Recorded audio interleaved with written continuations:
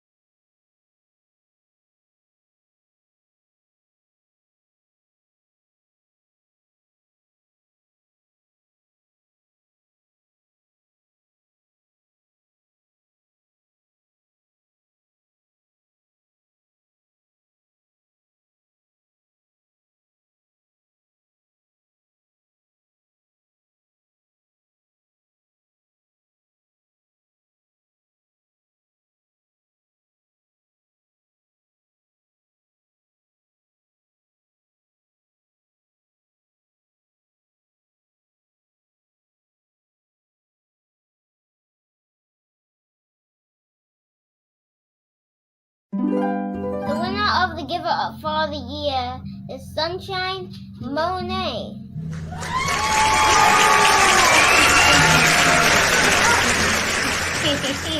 Excuse me, give me that mic. Thank you. Anyway, first and foremost, I would like to thank myself for being amazing. Thank you, self. I would like to thank all the people I had to step on to get here, because you know, heat rises and a bitch is hot. I'm up to the top.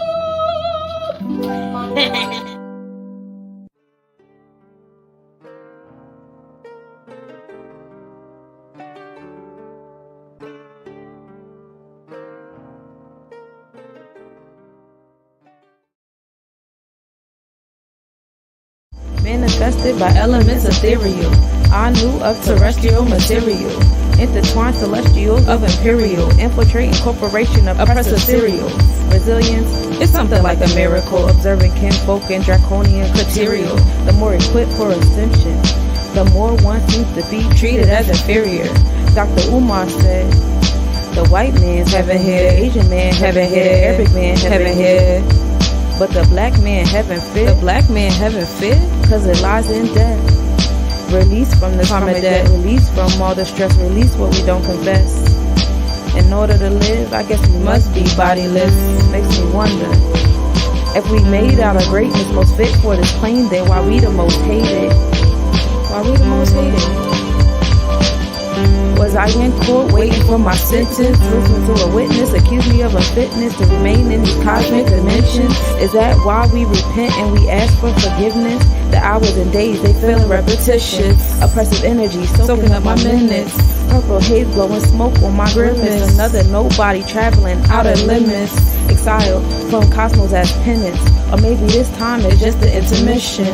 Like Jesus' chapters that went missing. Traveling and gaining knowledge between the dimensions. Christ consciousness bringing me ascension. Kundalini flows up now, where are my intentions? So don't cry for me when my time is risen. Sing some praises, cause you know that I made it. And know you're all my extensions. Yes, you're all my extensions. Peace, y'all. Let me know if you can hear me all right. Welcome to the planetary forecast. This week's forecast is going to cover today, January 30th, 2023, until next Wednesday, February 8th, 2023. I'm very excited. You know, we're going to pull up the screen. Hold on a moment, y'all. There we go. So, yeah, today we're going to go over the planets. If you guys cannot hear me or have issues hearing me, please let me know in the chat. Otherwise, I will not know. But yeah, very excited to be here. Very excited to talk about what's going on in the cosmos today. Last week we dealt with a lot of conjunctions, so we had a lot of like quote unquote new moon type energy, meaning it was like a lot of new patterns happening. You know, new cycles happening for us with so many conjunctions that the moon was doing. You know, in Hyades, which is the triangle area of the bull face in the Taurus constellation. with Saturn and let me pull out my notes because off the top of my head, it was so many, right? It was like a good 8 of them. You had the Moon and Jupiter started their conjunction on the 25th, and then you had um, Venus and Saturn started their conjunction. The Moon and Saturn started their conjunction. Moon and Venus, Moon and Deneb El Geldi, and the Moon and Neptune. So conjunctions are like new moon energy. It brings in the vibes of a new cycle, a new space to walk into. You're creating a new pattern in the space. I don't know if you guys are familiar with the pattern app, but the pattern app kind of aligns your natal chart with you with the patterns of the conjunctions and all those things. So when you see those new patterns, that's the math that's creating those new patterns. It's aligning your natal chart with the conjunctions and things that are going on in the transit chart today. So here at Let's Know Bodies, we go over quite a few charts. For those of you guys that are tapped into Instagram, if you want to see the full screen of what I'm doing, you can tap into YouTube. And again, if you guys cannot hear me, please let me know.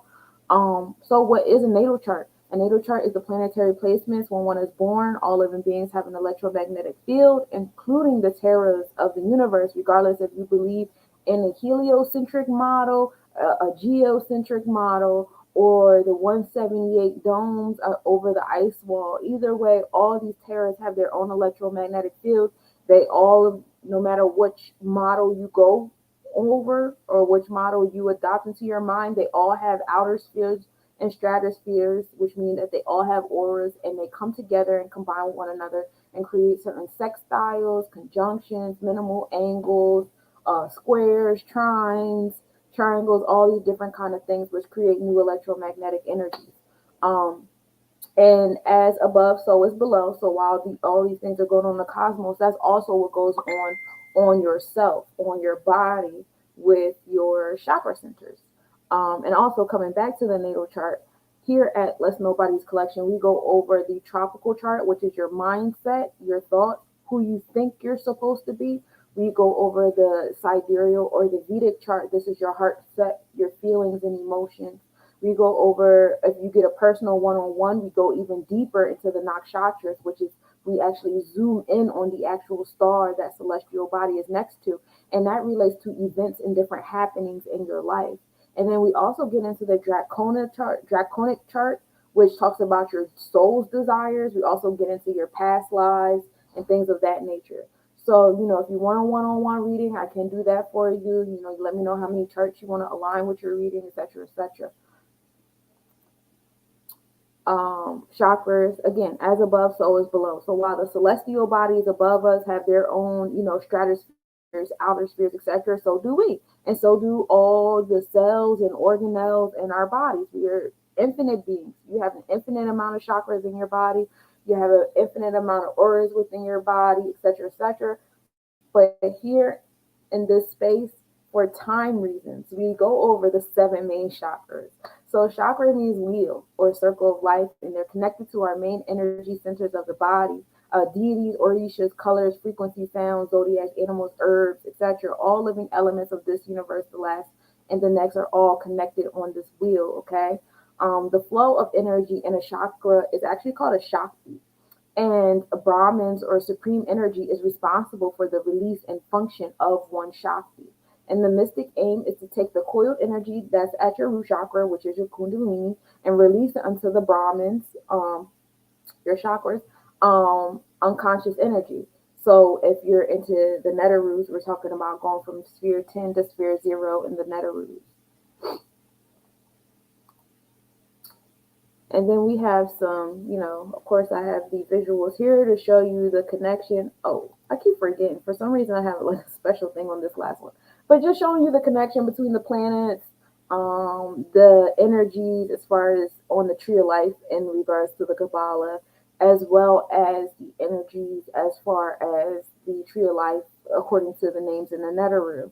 And then, the alignment with the planets, and it's also in alignment with the chakras. You can also get into numerology with this as well. So aligns all those things in these 3 images.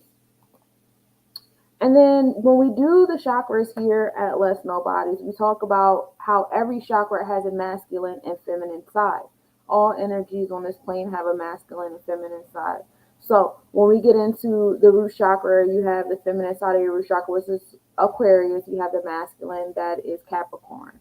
You know, the sacral is feminine side is Pisces. The masculine side is Sagittarius. When we get into your solar plexus, the feminine side is Aries, the masculine side is Scorpio. When you get into your heart chakra, the feminine side is Taurus, the masculine side is Libra. When we get into your throat chakra, the feminine side is Gemini, the masculine side is Virgo. When we get into your third eye chakra, the feminine side is Cancer, the masculine side is Leo. And of course, when we get to our crown chakra, your crown chakra is the middle ground between your physical self and your higher self, your non-physical self.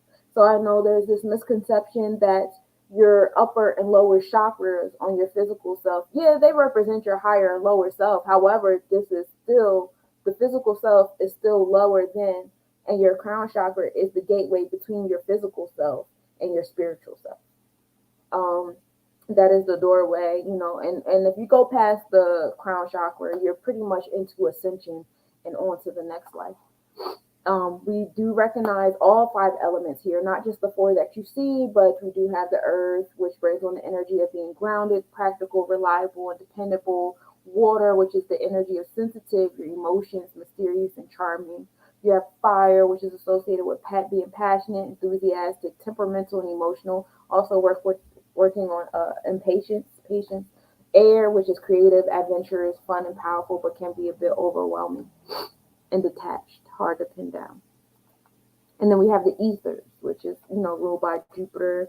And for those of you guys who don't know, also here at Let's Know Bodies, we also get into astrocartography. So while you have your own natal chart, so does the place where you were born, whether it be your country, your county, your state, your city. They all have their own natal chart. They all have a birth date.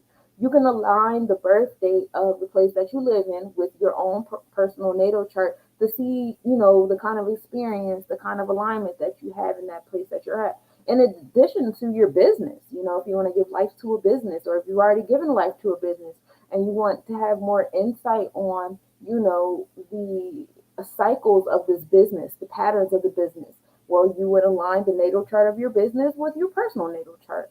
And then you can even go over take a few steps back and look at the grander scheme of things and say, hey, across the whole globe as we know it, according to the images that we use on the globe today, your natal chart planets were in ascending, descending, midheaven node. And when they were in these nodes, it had effects over certain parts of the globe. So, me personally speaking, I'll give you an example just in case there's a little confusion here. My natal chart, my Pluto is in Scorpio. I live in New Jersey.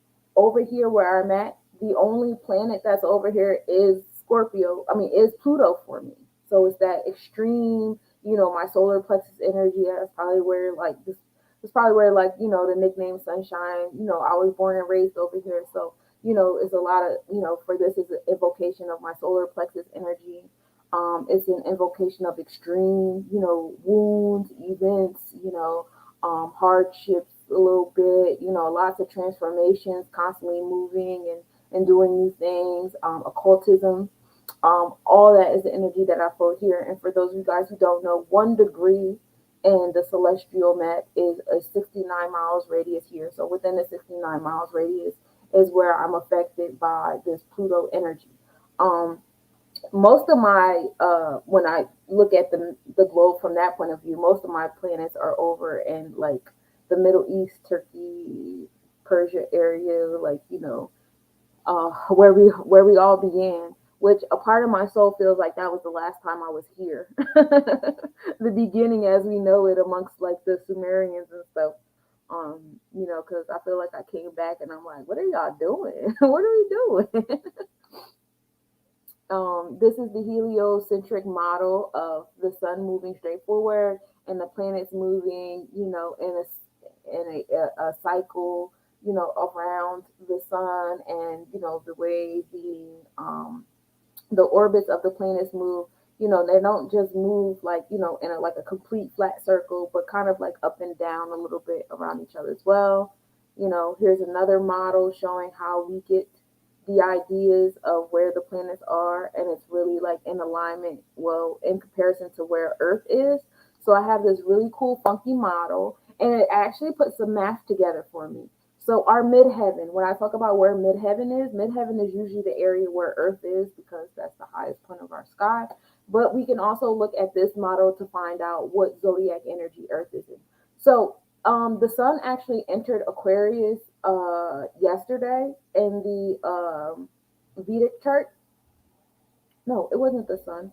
It was Saturn that entered Aquarius in the Vedic chart. But right now, the sun is in like Capricorn Aquarius energy. So it's in Capricorn moving to Aquarius. We're not quite into Aquarius energy just yet. But because we are in that space, and again, I'm talking about the Vedic chart, not the tropical chart, to not confuse you guys. Because when we're looking astronomically, not astrology, astronomy astronomy. When we look at things from an astronomy standpoint, we're dealing with the constellations. When you go outside, what do you see? You see the constellations. You don't see the zodiacs. That's why zodiacs is mindset. It's what you think, how you think things are supposed to be. Um, while your emotions actually are telling you what is actually going on. Hey, I don't feel like this because this is what's going on. But your mind is like, no, I have to believe in this. Like, you know what I mean? So, with the sun being in Aquarius energy, kind of like going towards Pisces, you can find the earth being in Cancer, moving towards the Leo skies. And when we get into the location of midheaven, that'll make a little bit more sense too.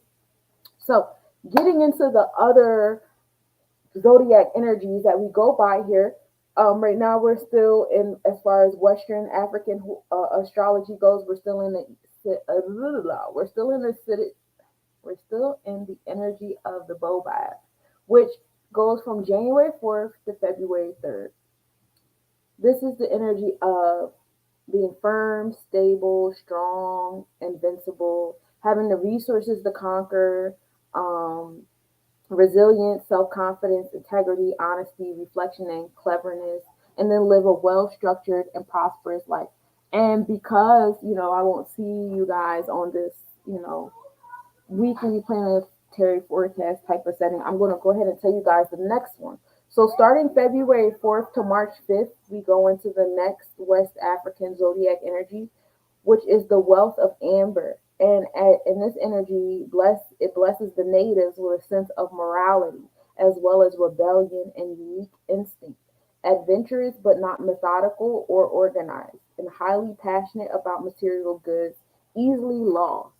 Um, that sounds very Piscean to me, to be honest. As far as the Native American astrology goes, we are still in the energy of the otter, which is January 20th to February 18th. This is the butterfly clan, which is the air. Butterfly is air. Invites us to behave like children, demand bliss and help, have fun, and accept the flow of life and experiences. In natal placements, if you are naturally a otter, um, this brings on strength and can smooth out any circumstances. And then when you get into the Chinese zodiac, of course, we are in the year of the rabbit, as Chinese zodiacs do not go monthly, they go yearly. And because they don't go by we go by the sun's orbit, okay, over here, and that's called the elliptical model.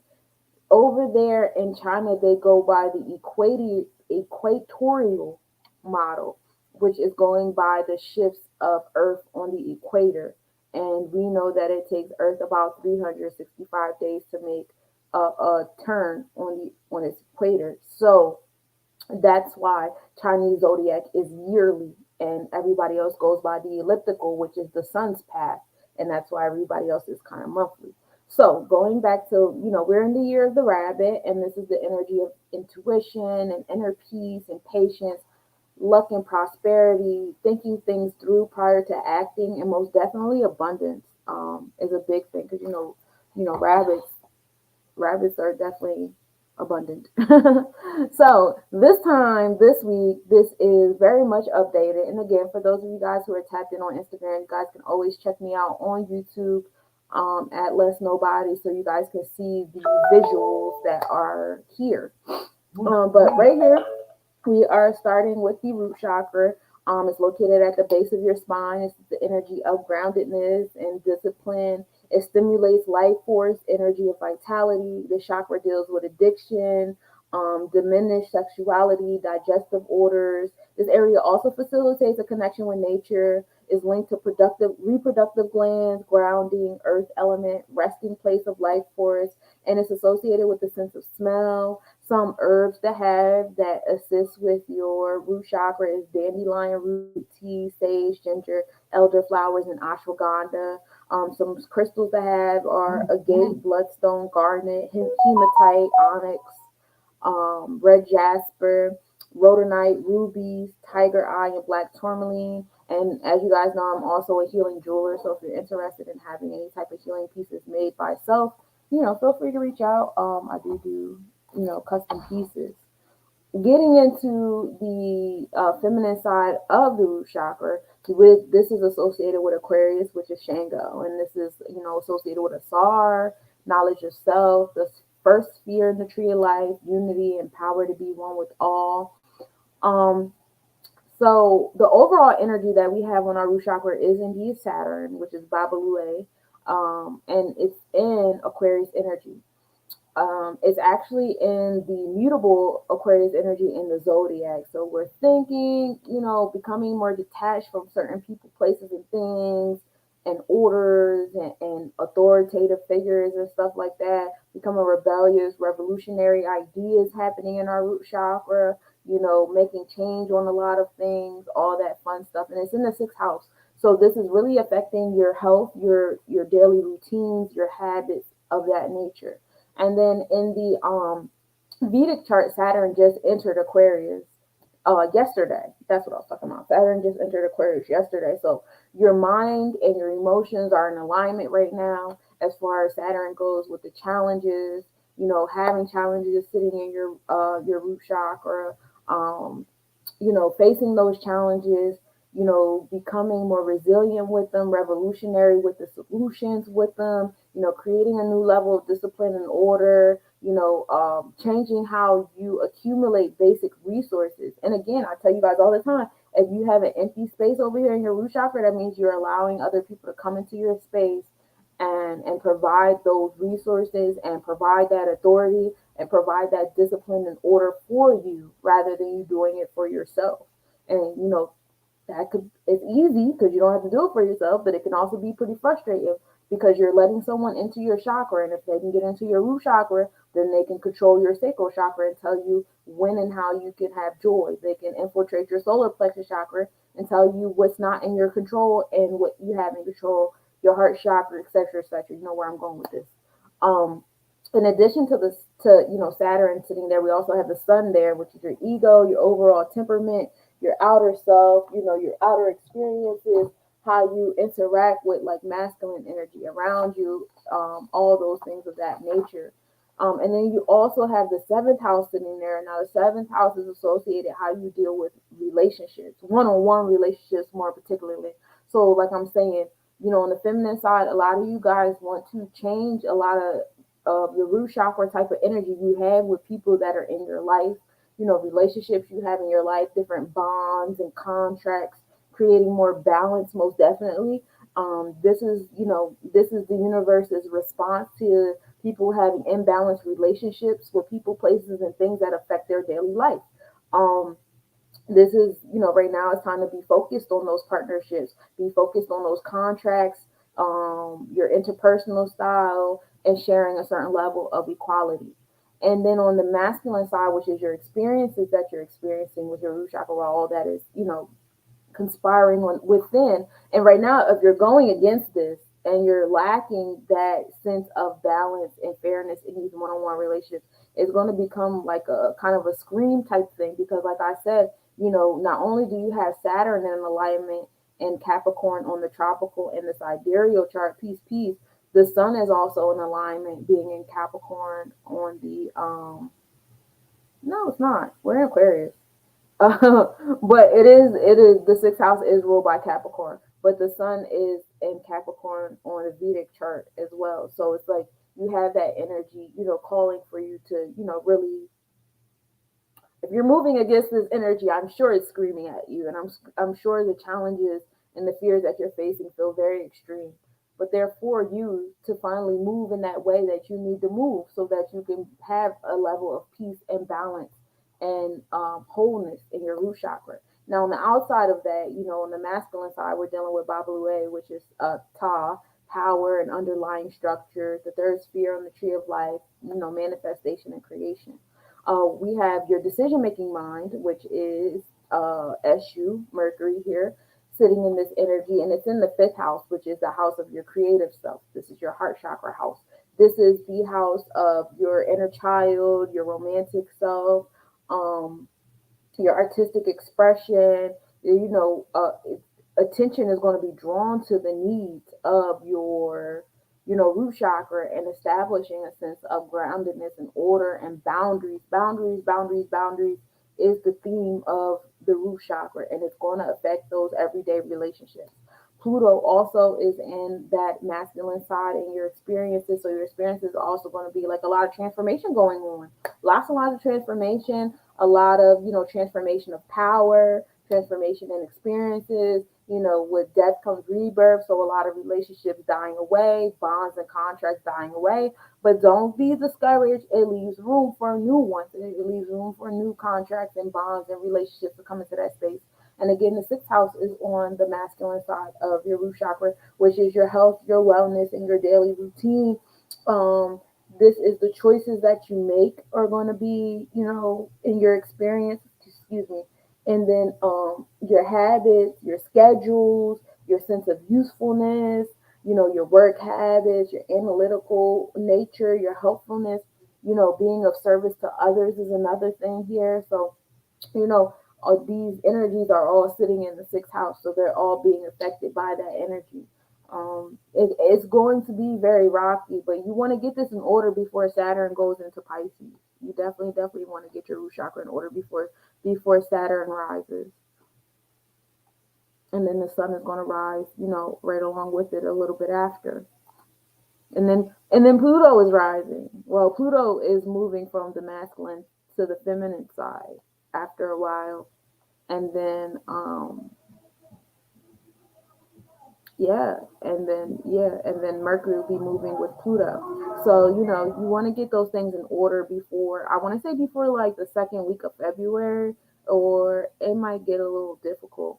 Um so we're gonna move into the sacral chakra. The sacral chakra is, excuse me, it's where your being is established. This is located below the navel or above the pubic bone. This governs the body's liquid elements. It deals with sex, nourishment, circulation, your balance. Is linked with adrenaline. That fight or flight response itself is ruled by your sacral chakra.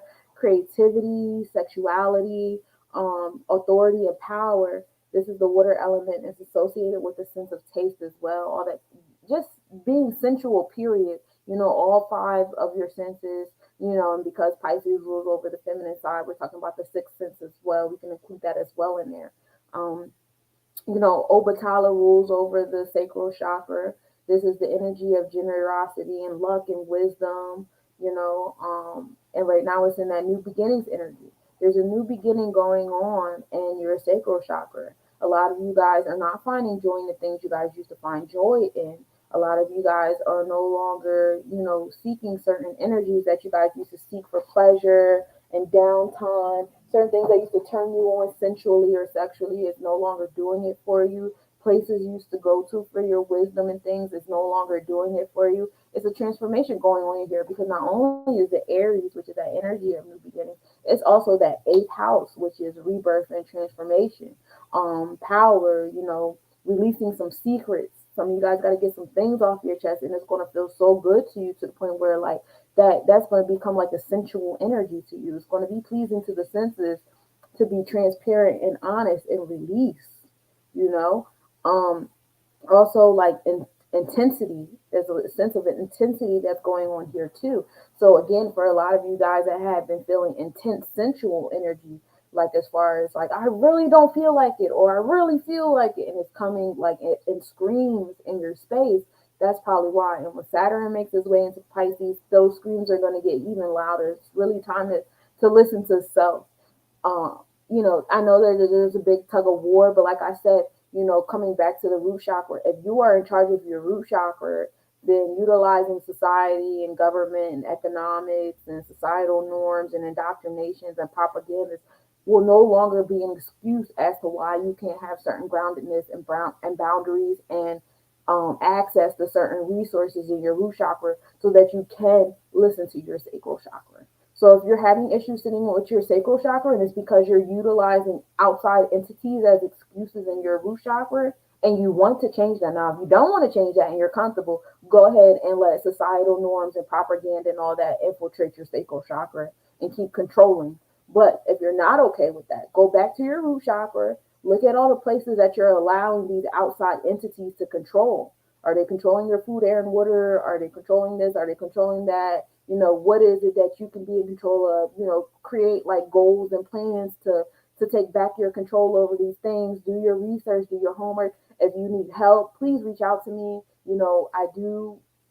I've been researching living off grid for a minute, becoming sovereign beings, all those different things. And if there's a question that you have that I don't have the answer to, I know some people. I'm very much the goddess of the crossroads. I know people that I can direct you to so you can get the answers you seek. But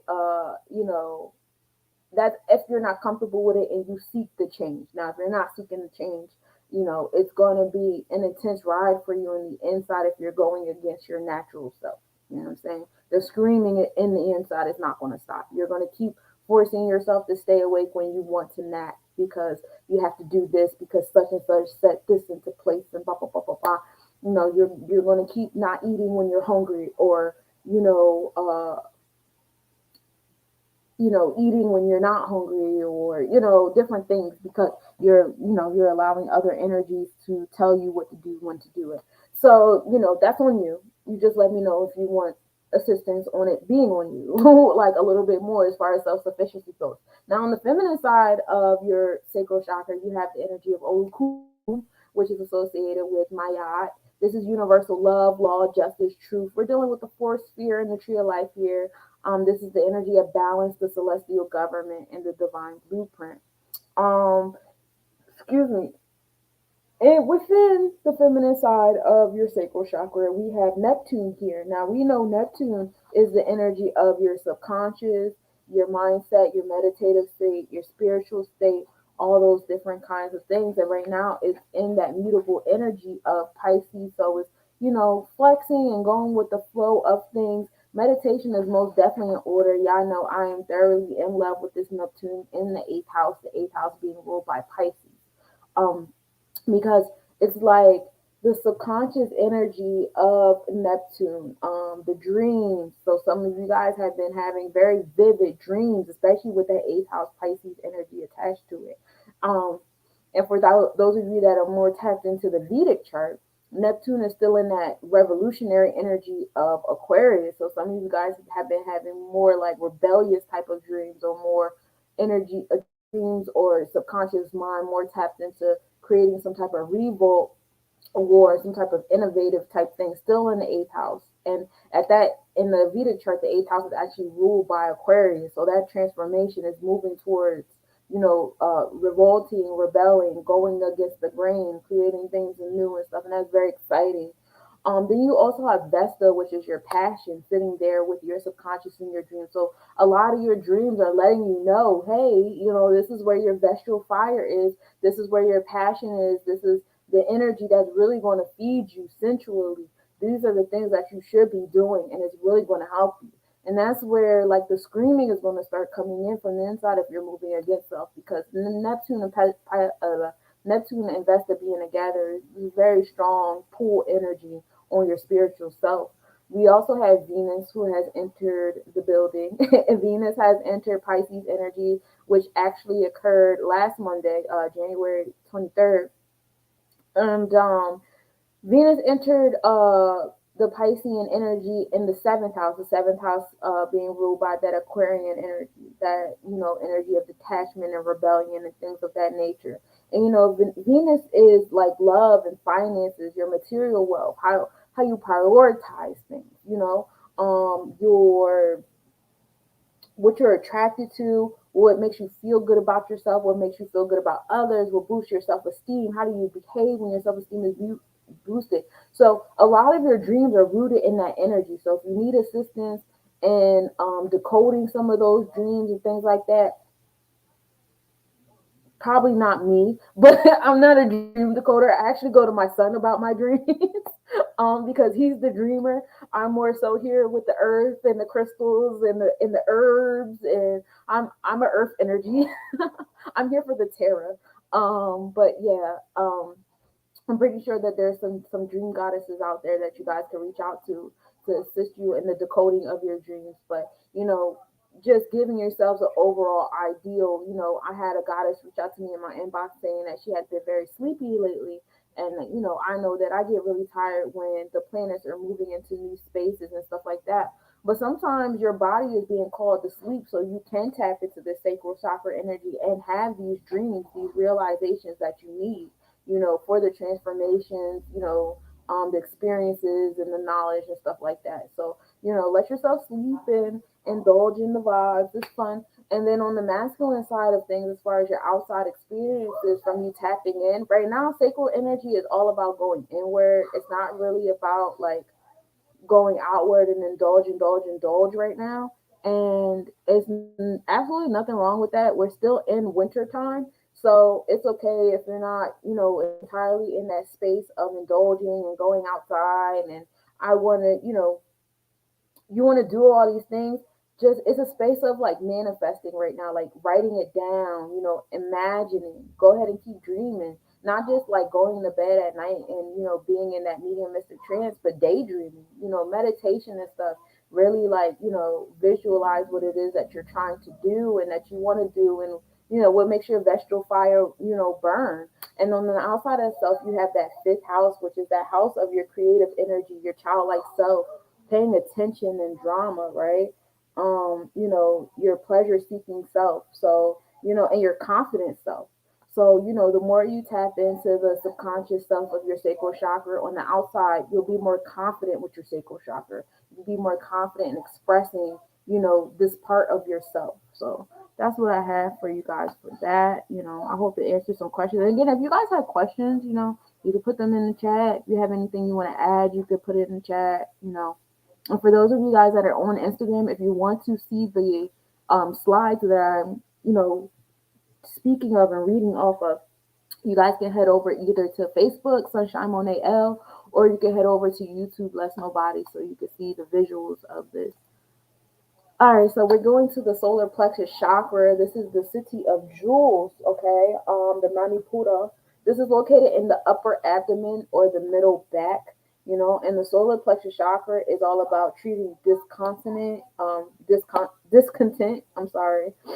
sleeplessness, discouragement. It helps with inner peace, your pancreas, your liver, your stomach, individuality, personal power, and it's the link between the mind and emotion, sight, and we're dealing with the fire element. As far as the herbs, you want to have lemongrass. Crystals is aventurine, quartz, citron, malachite, rose quartz, tiger's eye, topaz. Usually a lot of like yellow, gold type crystals and metals and things. The overall energy of our solar plexus chakra is Ogun, and right now Ogun is in Gemini. Ogun has officially exited the retrograde energy and it's prograde again. Is in the YouTube page is Less Nobodies, LESNOBODIES. But yeah, it's all about tapping into your community, okay? Tapping into your community, communicating with other people, being flexible, being, quick of the mind, but be mindful with that solar plexus because it can get, sucked into trying to be here and there and over here and over there all at the same time, which can cause a bit of a role strain for itself. You could tire yourself out, especially because right now, like I said, we're still in the winter time. We're not entirely in like the summer months of our Kundalini rising. And the next time we come back together, I'll be reading the next cycle out of Metu Netter Volume 1 because we'll be in the next stage of our Kundalini rising, which is pretty exciting. But be mindful because the solar plexus chakra is so excited because it's slowly waking up. It can get really excited and be unfocused in things if you don't have those proper boundaries and things and your root chakra and you are not tapped into those planetary placements in the sacral chakra and really going inward and paying attention to your subconscious and dreams because that's what's going to direct this fire within yourself. So as far as on the feminine side of your solar plexus chakra, this is ruled by Ogun Herakudi, which is the enforcement of law, courage, fearlessness. We're dealing with the fifth sphere in the tree of life, which is the enforcement of the celestial government administration. We still have Chiron over there. You know, Chiron has been in Aries energy, you know, for since 2018. February. Well, we started in September 17th, 2018, but you know, Chiron goes in retrograde, so we came back into Aries on February 18th, 2019, and Chiron will actually remain in Aries until October 19th, 2026. So Chiron is the energy of your wounds, how you turn your wounds into a superpower. Like I said in the previous one with the sacral chakra, tapping into those dreams in the subconscious. A lot of you guys have been dreaming about your traumas. A lot of you guys been having dreams about, you know, conquering the traumas or the traumas conquering you. It depends on where you're at in your space right now with that. So with that being said, there's it's time to start utilizing those wounds and those traumas and those dramas as a power, as a superpower for self. Transform those things because Chiron is also sitting in the eighth house of transformation, transforming the power of that. If you are imagining yourself being swallowed by the trauma or you know, you feel yourself going back to that survival state of being and stuff like that, tap into that eighth house. You know, the pendulum got to swing. Take your power back over that. You know, transparency. Start speaking up about things. We talked about that the last couple of weeks when we speak on Chiron. You know, when you start speaking on the different things that have occurred, you're able to take your power back, and you're also able to fix yourself to, you know, magnetize the tribe that you deserve instead of staying around the energy that you don't deserve just because it's been around for so long. Aries is also another energy that has been sitting in Aries for quite some time. Aries is the dwarf planet that its orbit is on the outside of Pluto. This is the energy of discord. This is the energy of rebellion. It's like a feminine Aries type of energy. Okay, and it's really like about rebellion and like an activistic. I make up my own words, but like, you know, in an activist kind of sense or whatever. And you know, it's going to be sitting in Aries energy until June 2044. So we're going to be, you know, having new beginnings with, you know, you see the energy of the activist since the 1920s, and the energy of the activist is just going to keep going. We have, you know, a couple more decades of this. In addition to that, and that's another way of turning traumas into a superpower. You know, I do know a couple of current events this week. Surprise. So, you know, unfortunately, they're not really good ones. They're just ones that keep getting force fed to me in my newsfeed. But, you know, we've had some incidents, of course, like any other, you know, time around this time. You know, we're dealing with the repetition of the pattern of the red summers. And you know, red summers was a thing because we know that, you know, us aboriginals, we rise, our kundalini rises when the sun rises, and we're slowly entering that sunrise season. So when that happens, you know, because our quote unquote oppressor, you know, it depends on how you choose to look at them. I'm in charge of my root chakra, so I don't really look at them like an oppressor. But anyway, so, you know, that energy knows that what our Kundalini does around the season. So what they do is right prior to your Kundalini rising, they create all these different energies and stuff going on to direct your Kundalini's attention where it wants it to go. And right now it's in those trauma spots. You know, your DNA remembers the red summers. Your DNA remembers the sundown towns. Your DNA remembers all the, you know, violence and the horrific things. So it's like You have these couple of brothers that got, gunned down by the police officers. It's no different than watching us get crucified on a cross or burnt at the stake or, hung off of a tree, or pulled. Like, it's nothing new under the sun. Now it's guns. It's not a cross anymore, or a noose, or or fire. Now it's a gun. So of course we're starting our Kundalini rising in mourning. We're rising in mourning because we're mourning, the story of this mother mourning her child and things like that. But if you tap into the solar plexus chakra, again, make sure your root chakra is popping, make sure your sacral chakra is attended to, and then we can touch the solar plexus chakra. But if you tap into that Chiron, saying, you know what, this is a traumatic, wound that we have historically experienced over and over again around the same time every year, throughout the spring and summertime thereafter, because we allow our Kundalini to rise in that morning energy, you know, and try to, tap into that eighth house of transformation and transform it, turn it into a superpower, learn how to find, not, I'm not saying, find power and people shooting at us. That's not what I'm saying. What I'm saying is it's time to have a certain sense of transparency of what's going on in our communities and taking back our power. Solar plexus energy is willpower, self-expression, courage, confidence, that warrior like energy. That's why it's ruled by Ogun. So what energy, the story of Ogun is this. Ogun was a metal worker.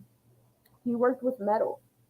And what happened was, and slavery started, quote unquote, we went to war. It wasn't slavery. We went to war. And when you go to war, what they do is if they capture you, you become their slaves. But even when they did become slaves, they still were able to earn their own money. They were able to buy their own freedom. Some of them were helping their masters pay for their bills and stuff like that. Some of them had businesses. It wasn't just, oh, I'm a slave and that's it. No, it wasn't that cut and dry like they try to display it in Alex Haley's Roots. It wasn't like that. It's almost exactly how it is today, being an employee and then seeing slaves in the prison system. And, if you guys were tapped into Virgo Virgin Talk last night, we had a guest on the show that talked about how her uncle was in the prison system. And when he exited out the prison system because he was unemployed, he was able to collect unemployment because he was employed and he was getting an income, and now he is not. So, though when you have certain levels of knowledge, you're able to create certain levels of transformation and take on certain levels of power back to yourself. You know what I'm saying? So,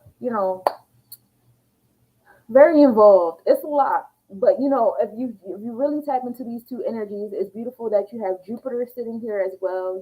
Jupiter, which is Olukun, is the energy of generosity. That's the energy of wisdom. That luck energy. So, your wisdom is going to come from you being transparent about your wounds, if not with other people, at least with yourself. It's going to come from you tapping into that rebellious energy and rebelling against, the energy that's telling you, be quiet about the wounds, don't do this, don't do that. If you really want to, wake up your solar plexus chakra, you're going to have to express these energies. Juno is also in our solar plexus chakra at the moment. Juno is giving off the energy of your bonds, your contracts, your wounds, and your loyalty. What is it in a bond that makes you loyal to it? And you can ask yourself that question and then go back to your root chakra with it. There's some people in your root chakra that have no business being there. But what is it about that bond that's keeping you loyal to it? Are they providing you with something that you feel like you are unable to provide for yourself? Are they, are they invoking a certain energy in you that makes you feel like you can't really go anywhere or do anything to receive that resource somewhere else? Like, ask yourself these questions with that energy, because that's going to let you know what you need in a relationship in order to like keep moving forward. And that all this energy is in that eighth house of transformation. So it's bringing transformational energy to you. Aries is actually in the ninth house, which is higher education. So when Aries is coming with that rebellious and that discord or that activist energy, it's coming with a certain level of intellect. It's not just going out there and screaming at the sky. It's going out there with chess moves in its mind. What are we doing? What are we doing? What are we going to do? Are we going to keep, just yelling at nobody? Are we going to keep misnaming ourselves? Thinking that we're going to get certain recognition and rights, calling ourselves names that don't earn us any rights. I cannot. It's getting to the point now where my skin kind of shrivels up when I hear us call ourselves black, because we're not black.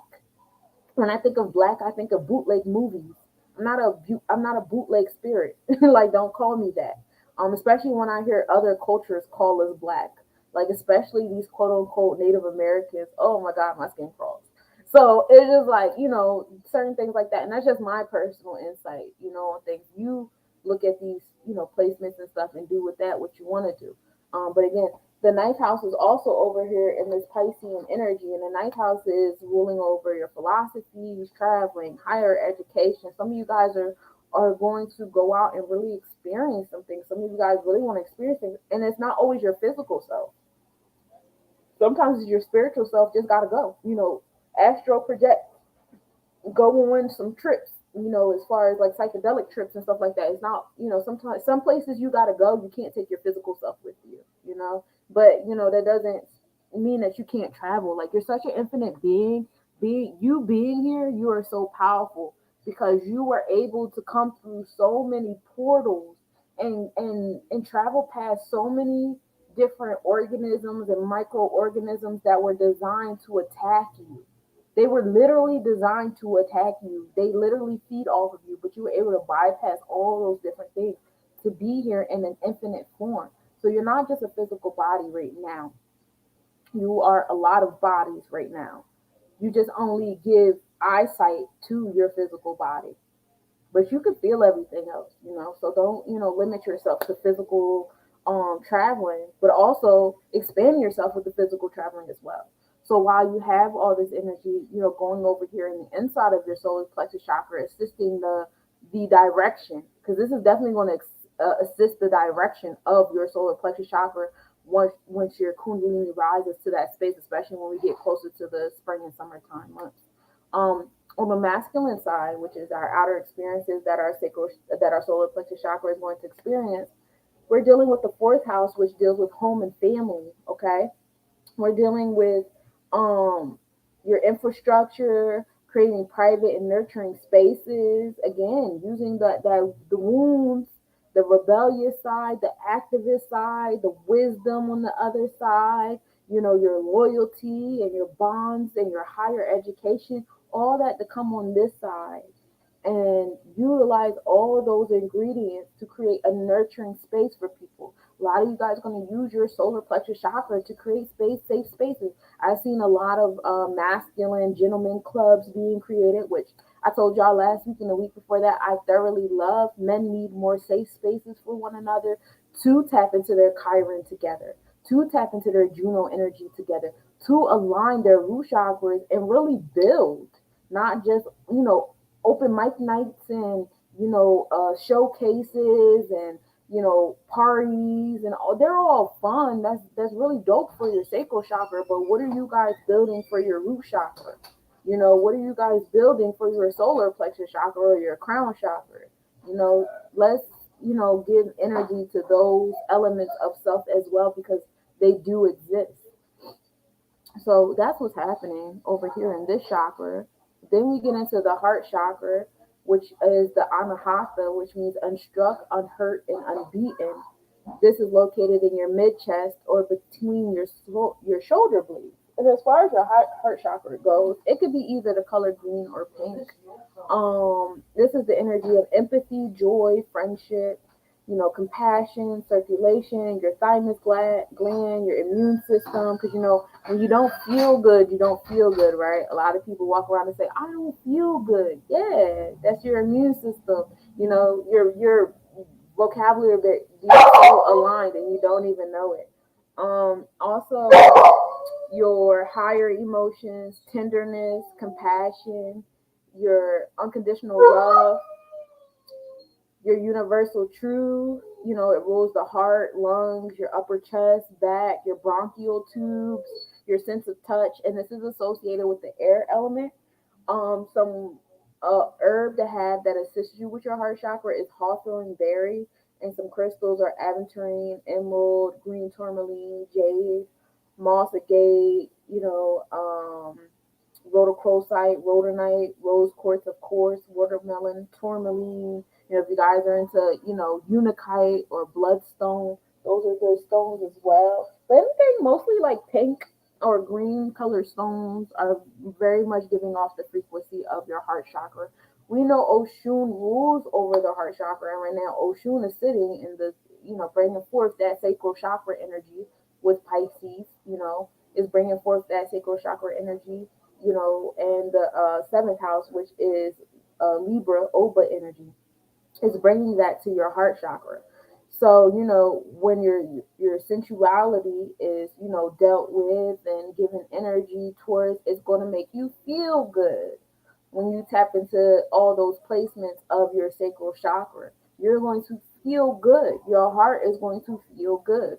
When you tap into that seventh house of your partners and your interpersonal energy, again, that's coming back to the root chakra. Remember, we talked about all those one-on-one relationships and your daily routines and your daily life, peace, you finding balance in those things, you finding justice in those things is going to make you feel good. And again, it's covered, the seventh house is covered by Aquarius. Coming back to the root chakra, tapping into that root chakra energy is going to make you feel good. And remember, we have Pluto, making its way to Aquarius energy in March. So, once it moves from that masculine side of your root chakra and moves to the feminine side of your root chakra, it's going to be a big transformation energy there. Oh, thank you. And it's going to feel good. Over on the feminine side of your heart chakra, you have is ruled by Oshun. Scooby is ruled by Oshun. The Kundalini central forces. We're dealing with the seventh sphere of the tree of life, which is the celestial workers designing and creating images, because the heart chakra loves beautiful things. Oshun is all about beauty, beauty, beauty, beauty.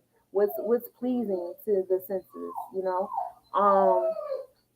This is so the celestial bodies we have here are Uranus. Uranus is a progressive energy. The analogy that I give a lot is like, you keep complaining to that one friend about the same issue over and over again, and after a while, your friend turn around and look at you and is like, okay, what are you gonna do? What are you gonna do about it? What are we doing? But Uranus is all about individuality and progressiveness. It's the force that changes the way you do things. It makes you make change. So all that, again, coming back to that energy, your emotions are getting very strong. The screaming happening on the inside. Your inner self is saying, hey, it's time for you to start listening to me. Start listening to me. So if you're still fighting that energy, if you're still trying to go against your inner self, like, oh, I know I'm tired, but I'm not going to take a nap. Oh, I know that I don't feel like going here, but I'm going to go anyway. If you're in your head saying, I don't feel like this, and you decide to do it anyway, you are fighting against, this energy, the energy going on within. And, I mean, sometimes you do have to do things you don't want to do to get certain things done. However, that's within reason. There has to be some type of level of balance there. And that comes back to Oshun being in the seventh house of balance. If you're not, accumulating that seventh house of balance there, and you just keep forcing yourself to do stuff that you don't want to do, you're creating a very strong level of distrusting yourself. You're not trusting yourself anymore, to the point where now anybody can come in and provide to your root chakra. You're looking for other people to entertain your sacral chakra. You're looking for other people to compliment you, to make you feel empowered in your solar plexus chakra. You want people to make you feel good and feel pretty, and like, become very, very dependent. Very, very, very, very dependent, because you don't listen to yourself. So you would rather listen to other people, And I'm not a fan.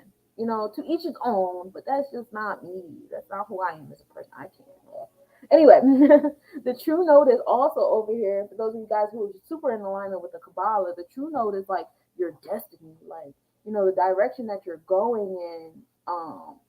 Usually when you find other people that have the same note as you, is very exciting because you guys can compare and contrast different happenings and experiences in your journey and see that actually they're very similar.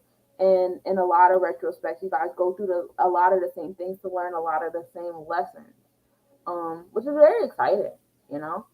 Um, Excuse me. Astronomically speaking, the true north is actually the 2 points where the moon passes the sun's orbit, you know, and it changes every 4 hours, which is why it's good to know what time you were born, you know, as far as your natal chart goes. And if you guys are interested in learning about your natal chart, you know, you guys, I do natal chart readings for your tropical, your sidereal, your nakshatras, and your draconic charts. And then we also have the moon, your emotions, your intuitive self. Everything is tapped into your feelings. You know, your feelings have been very strong lately, and I'm sure your feelings have been causing a little bit of some type of catastrophe around you. And if it's not happening around you because you like to suppress your root chakra and you're not really speaking up for yourself, then it's happening within you, those conversations you're having in your head and on your heart. You're going against yourself, and in the inside you're getting pissed off and you're getting impatient, and you didn't like when someone did this and this pissed you off, and here we go again with this energy, and look, we're doing this and that again, and all that different stuff. It might have been, you know, if you like to suppress yourself, it might have been a whole lot going on in the inside, which is fine because this is on the feminine side of your heart chakra anyway. But at the same token, you know, it should have been kind of going on the outside of you a little bit. We'll get onto the masculine side in a minute. But you know, it's all right. You know, take your time. You got a little bit more time with these planets over here. You know, the moon don't stay over here for too long, but at peace. But at this period of time, you know, the moon was over here providing you with intuitive assistance. If you didn't want to listen to Uranus, if you didn't want to follow the true node, maybe you would let the moon, you know, invoke you and pull you like entirely. But you know, if you're just really super stubborn, I don't know what to tell you, because the moon not only was in Taurus energy in the tropical chart, which is in your mind process, the moon is also in your Taurus energy on the sidereal, which is your heart set. So it's like a really big pull in your intuitive self. Like you really today know what you're supposed to be doing. And if you're not doing it, it's going to be a lot of little clumsy moments, dropping things not going your way, and you, Murphy Law again. No, it's not Murphy Law. Again, once again, you're allowing someone else's words to come into your space and create order in your root chakra.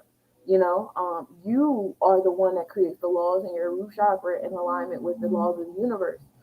Um, and then also the 10th house was over here too. So even listening to this energy, even listening to your emotions and how you feel and stuff, is bringing you achievements, it's bringing you aspirations, it's bringing you success. 10th house is the house of ambition. This is the ambition house. This is the public image. This is, you know, the success area of your space. So if you guys are listening to your feelings, you know, applause to y'all, because the reciprocation is coming. And when we get into the masculine side, we're dealing with net het, but it's still the same energy, still the kundalini and the central forces and the celestial workers designing and providing imagery. And we have Ceres over there, which is like it's a little planet. And this is the energy of nurturing, being a nurturer. So when you're tapped in all that energy and really paying attention to how you feel and stuff on the inside, on the outside, you're going to start attracting nurturing energy, whether it be you nurturing yourself because you're listening to yourself and you're allowing yourself to feel things. And you might be on the outside, like lately, the past few days, I've been having conversations with, hey, you know what? We're not going to do this today. You know what? We're not going to do that today. And you know what? The universe has really been, so like my physical therapist is on vacation right now, and I've been, you know, dealing with the substitute. And at first I was able to deal with her. But I won't lie, over the weekend, my emotions started to get louder and louder. Like, I really don't want to deal with this lady. She doesn't listen to me. We're always going back and forth. I don't feel better. I don't feel heard. You know, granted, like she'll help me like bend my knee and stuff, but she's very rough with me.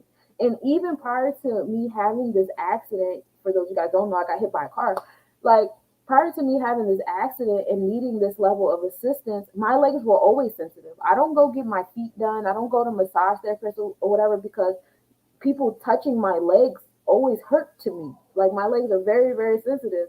So like I don't like that, you know, and she's very rough with me. And when I tell her that she's rough, she just kind of like laughs me off. And I don't like that. you know.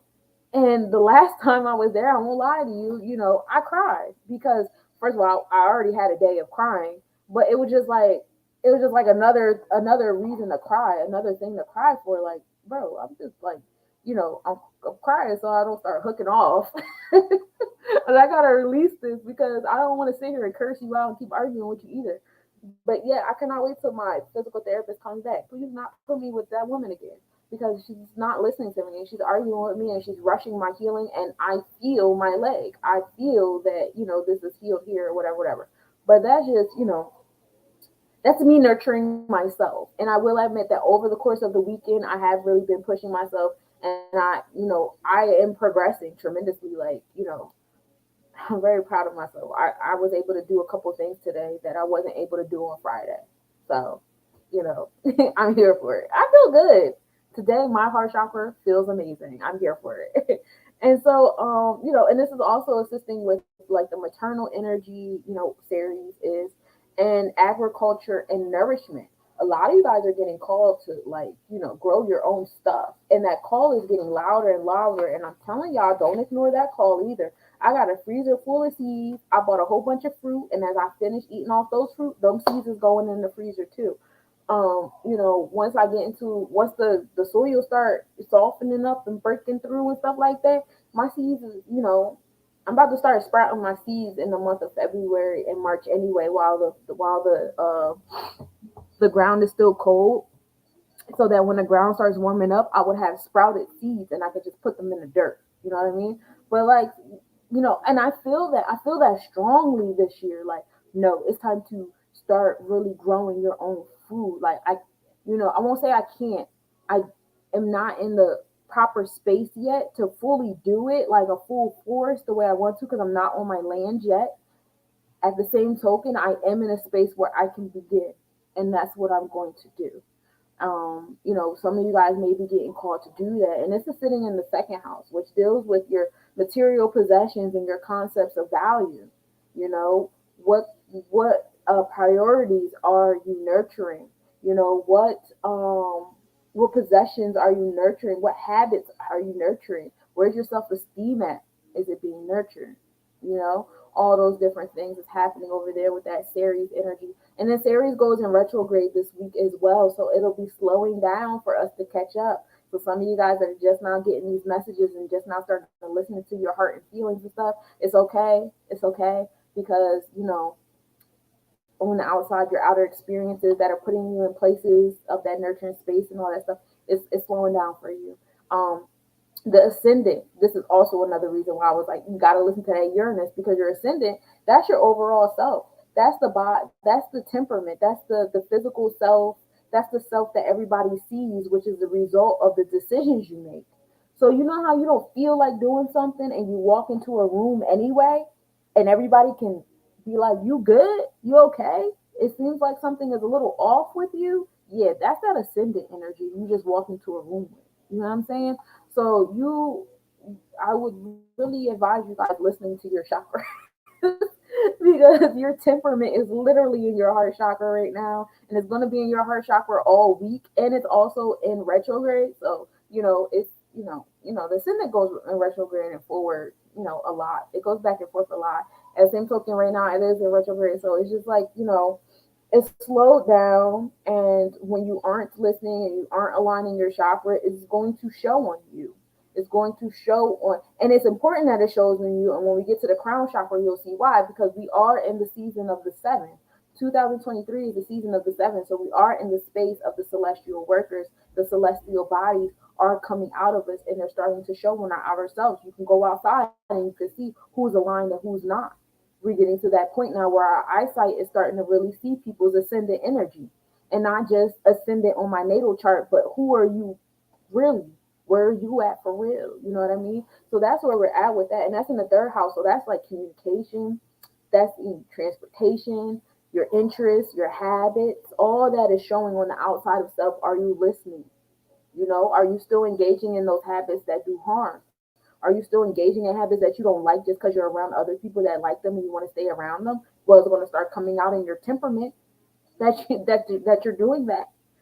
You know, um, And this affects a lot of close relationships, like your neighbors and your siblings, and parents, social activities that you do on a regular basis. If you have any business partners that are also friendly with you, like that's going to show. Now, if you are in alignment, it's a sense of happiness and joy and openness and softness and stuff. You know, and that's what I have for your heart chakra. Again, if y'all got questions, if y'all want to add anything, please feel free to. And then we're moving to our throat chakra. The throat chakra, the Vishuddha, is the pure element. And when we're dealing with the throat chakra, we're helping one with new experiences and self expressions. We're governing the thyroid, hunger, thirst, eyes, ears, nose, throat, lungs, your voice and your speech, communication, which includes writing, art, any form of expression. This is the ether element in the sense of hearing. When we're dealing with the throat chakra, we're dealing with slippery elm, which is the herb for you guys. And as far as the crystals go, aquamarine, blue topaz, celestite, chrysocolla, lapis, moonstone, opal, pearl, turquoise, other, stones like blue quartz, dumortierite, sodalite, all those are good go-tos. Um, Now, Eshu rules over the throat chakra. And again, for those of you guys that are tapped in onto Instagram, if you guys want, you can move on over to YouTube where you can see the visuals that I'm looking at and that everyone else is looking at, either on YouTube or um, Facebook, Sunshine Monet L, or YouTube Less Nobodies. So coming back to Eshu, it's sitting in Capricorn. Your throat chakra is sitting in your root chakra, y'all. Your throat chakra is sitting in your root chakra. Your decision making mind is sitting in your root chakra. It's time to start speaking up for self, speak up for your boundaries, speak the resources that you need. Again, this comes back to what I told y'all. Go back to your root chakra and talk about it. Like, what do I need down here for me to provide for myself so that I can enjoy my sacral chakra, so I can empower myself with my solar plexus, so I can do what I feel like in my heart chakra? What do I need down here? Who is really controlling what down here? You know what I mean? Am I really in control? Am I convincing myself I'm in control? Like, have those conversations. That's all throat chakra energy. It don't have to be me. You see how I'm sitting here and I'm saying things through my mouth? That's not the only way to utilize your throat chakra. You can write, you could type, your technology devices, typing things out, making the posts and the memes, any form of expression, any form of communication. Talking to yourself in your head is utilizing your throat chakra. That's why it's associated with your thyroid and your parathyroid gland as well. All of these things, throat chakra energy. And it's like I said, it's sitting in your root chakra, and then it's sitting in that fifth house. That fifth house is your heart, your emotions. That's the child, the inner child. That's the romantic self. That's the creative self. The fifth house is the medium between the upper and lower self. That's the emotions. Okay, so then again, you're speaking your root chakra to space. You're speaking that fifth house heart chakra to space. And that fifth house heart chakra is ruled by Sagittarius energy, which we know is your sacral chakra. So those three chakras are being represented through your ethers right now. You just have to allow yourself to use them. And that's what's happening on the tropical chart as far as your mindset goes. Now, your Vedic chart, your throat chakra is speaking, still coming back to the sacral chakra, the sensual self, the pleasure seeking centers, and Sagittarius energy in the fifth house of your heart chakra, ruled by Sagittarius energy. So sacral, feeling sacral, is still speaking those things you feel, you feel, you feel. It's just not going back to the root chakra with it. At least with the thought process, the mindset, the tropical energy, you can go back to the root chakra with it. It's giving you that space and time to still go back to your root chakra with it. Make sure you got all those things in order down there, which I'm telling y'all, it's not every year we have root chakra interactions. However, with the outer planets, once those big influence outer planets are out of the root chakra, they don't go back for a very long time. So I would highly suggest y'all really, I believe Saturn is the last, no, Pluto is the last one, will be the last man standing in the root chakra. So for a little while. So, I would really Use your time and space. Use your time and space. This is not a fear mongering. You got to do it tomorrow. Like you got a few years left. You got a few months. You got time. And just know that the journey. Time is precious in the journey. Every step of the way. It doesn't mean be stagnant. You know what I mean? Once you feel yourself moving against your own will, you're doing something wrong. Regardless of what your reasoning underneath it is, you're still doing something wrong because you're going against your will, and your will is the alignment with the universe or Allah or sphere zero or whoever is the higher power name for you. Neon Bay, I like Neon Bay. That's my go-to sometimes when I don't know what else to say. But that's the go-to. Your will is already in alignment with that. So if you find yourself moving against your will, you're out of alignment with nature. You're out of alignment with that higher energy.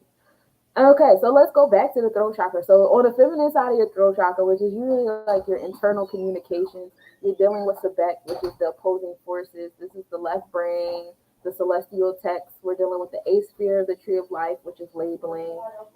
Mars is over here. Mars Ogun energy, which is that energy of new beginnings, the energy of that warrior-like energy, being assertive, courageous, energized. You want to communicate things. You want to express things.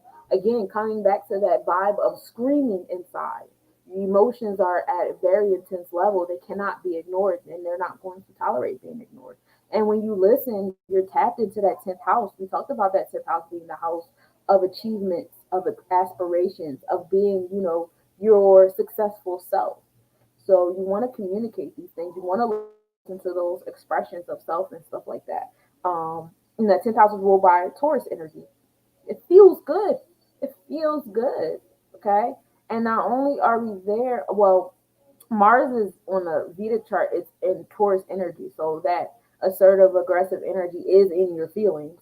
And it's, successful. And then that 10th house is ruled by Aries energy. So it's bringing new beginnings into your space. So a lot of those emotions is going to feel like foreign, like, I never did that before. Why do I want to do that now? Or I never been there before. Or I never did this before. Yeah, that's the new beginnings, Aries energy that's over the 10th house in the Vedic chart.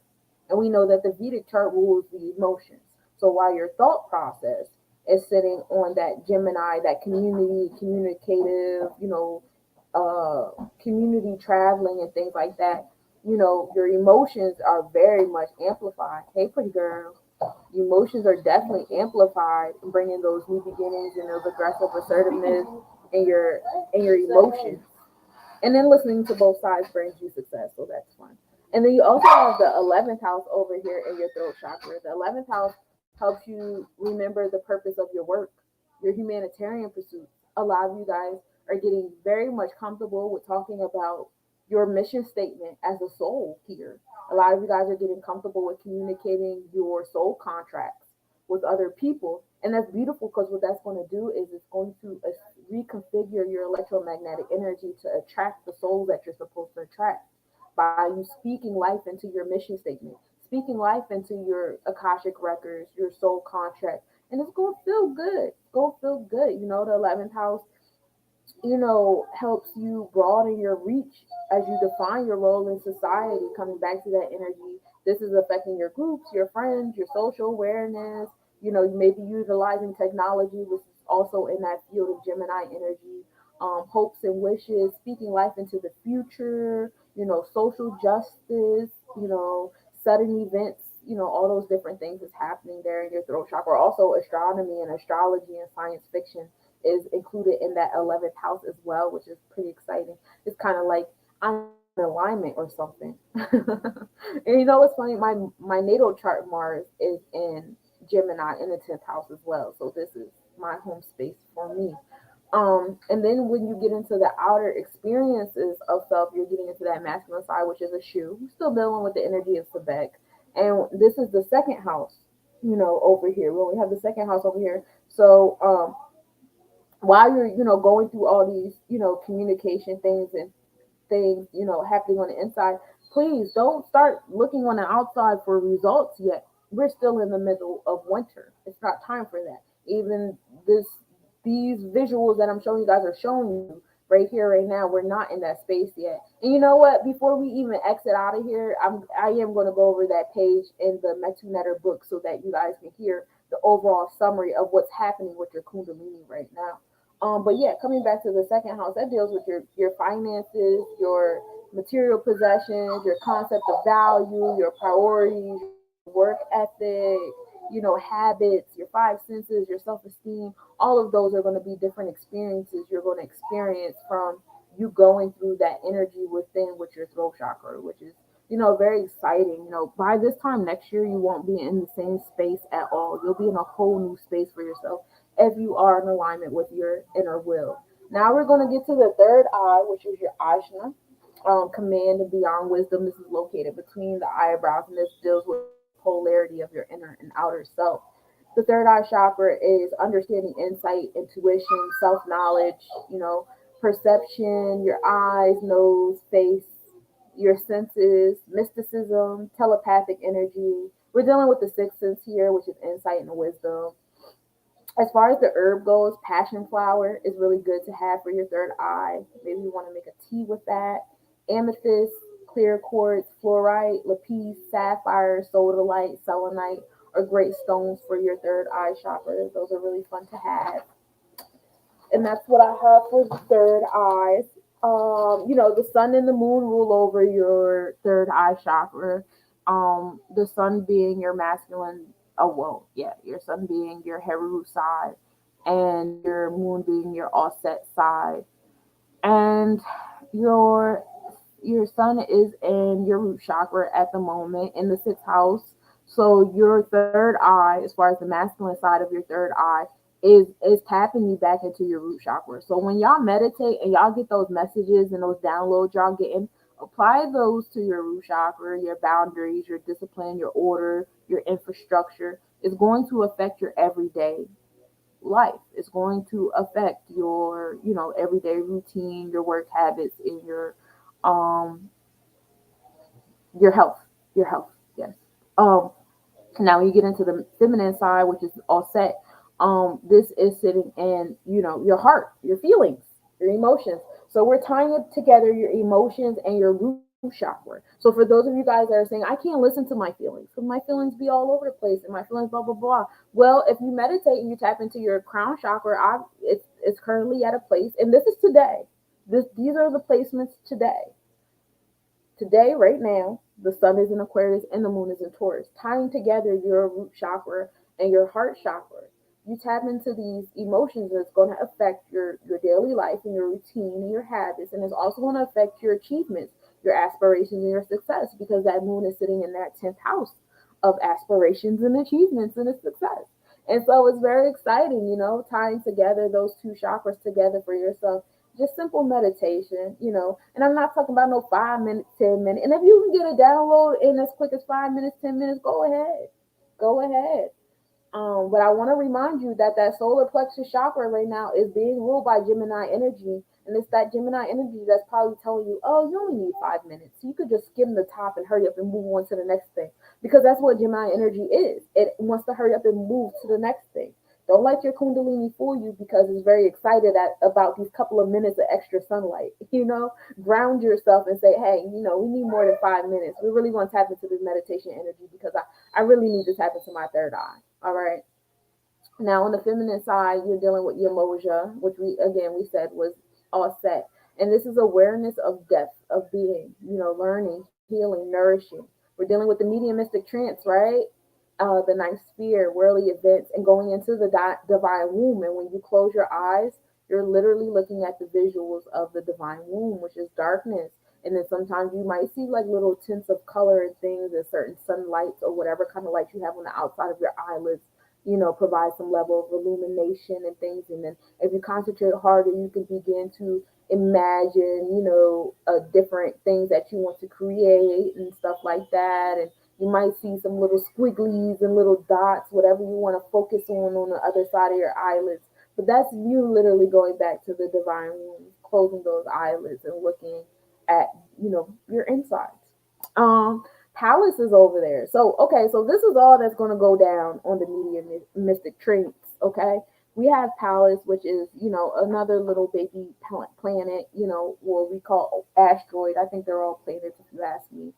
Um, but this is arts and wisdom. These are the genius qualities that you overlook in yourself. So again, I say the universe is going to tell you some things that seem so off the wall to you because it's far out from what you've been indoctrinated with. It's far out from what you've been taught. It's far out from what you've been domesticated with. So it's just like, I can't do this, I can't do that. Blah, blah, blah, blah. Yes, you can. Otherwise, you wouldn't have got that download. These are things about yourself you're overlooking. This is how you defend yourself, your self-defense. This is your justice. This is how you strategize in your mind, okay? And it's sitting in that 11th house of your humanitarian pursuits, reminding you how you're giving back and how you're going to give back, utilizing these genius qualities in self, utilizing these ways you can strategize and things like that. And that's, it's in your community, it's in your neighbors, your siblings, your family, that Gemini energy. And then you have midheaven over here too. The midheaven is your aspirational self, your successful self, still giving back to humanity. So it's that trust. You're going to gain that trust that your root chakra will be taken care of. Your root chakra will be taken care of. You will be successful. You will be the things that, you it's not going to be exactly what you want to be because a lot of the stuff you want to be was indoctrinated within you. You were domesticated into believing that certain things were levels of success. However, you will be taken care of. You will not go without. The visions that you see that are in alignment of your will when you get in tune with all your other chakras, it's going to come into fruition. You have to trust this third eye. You have to trust these downloads. Trust them. They're going to bring you to success. The universe not going to let you fall because then the universe would fall. You're literally exactly where you need to be.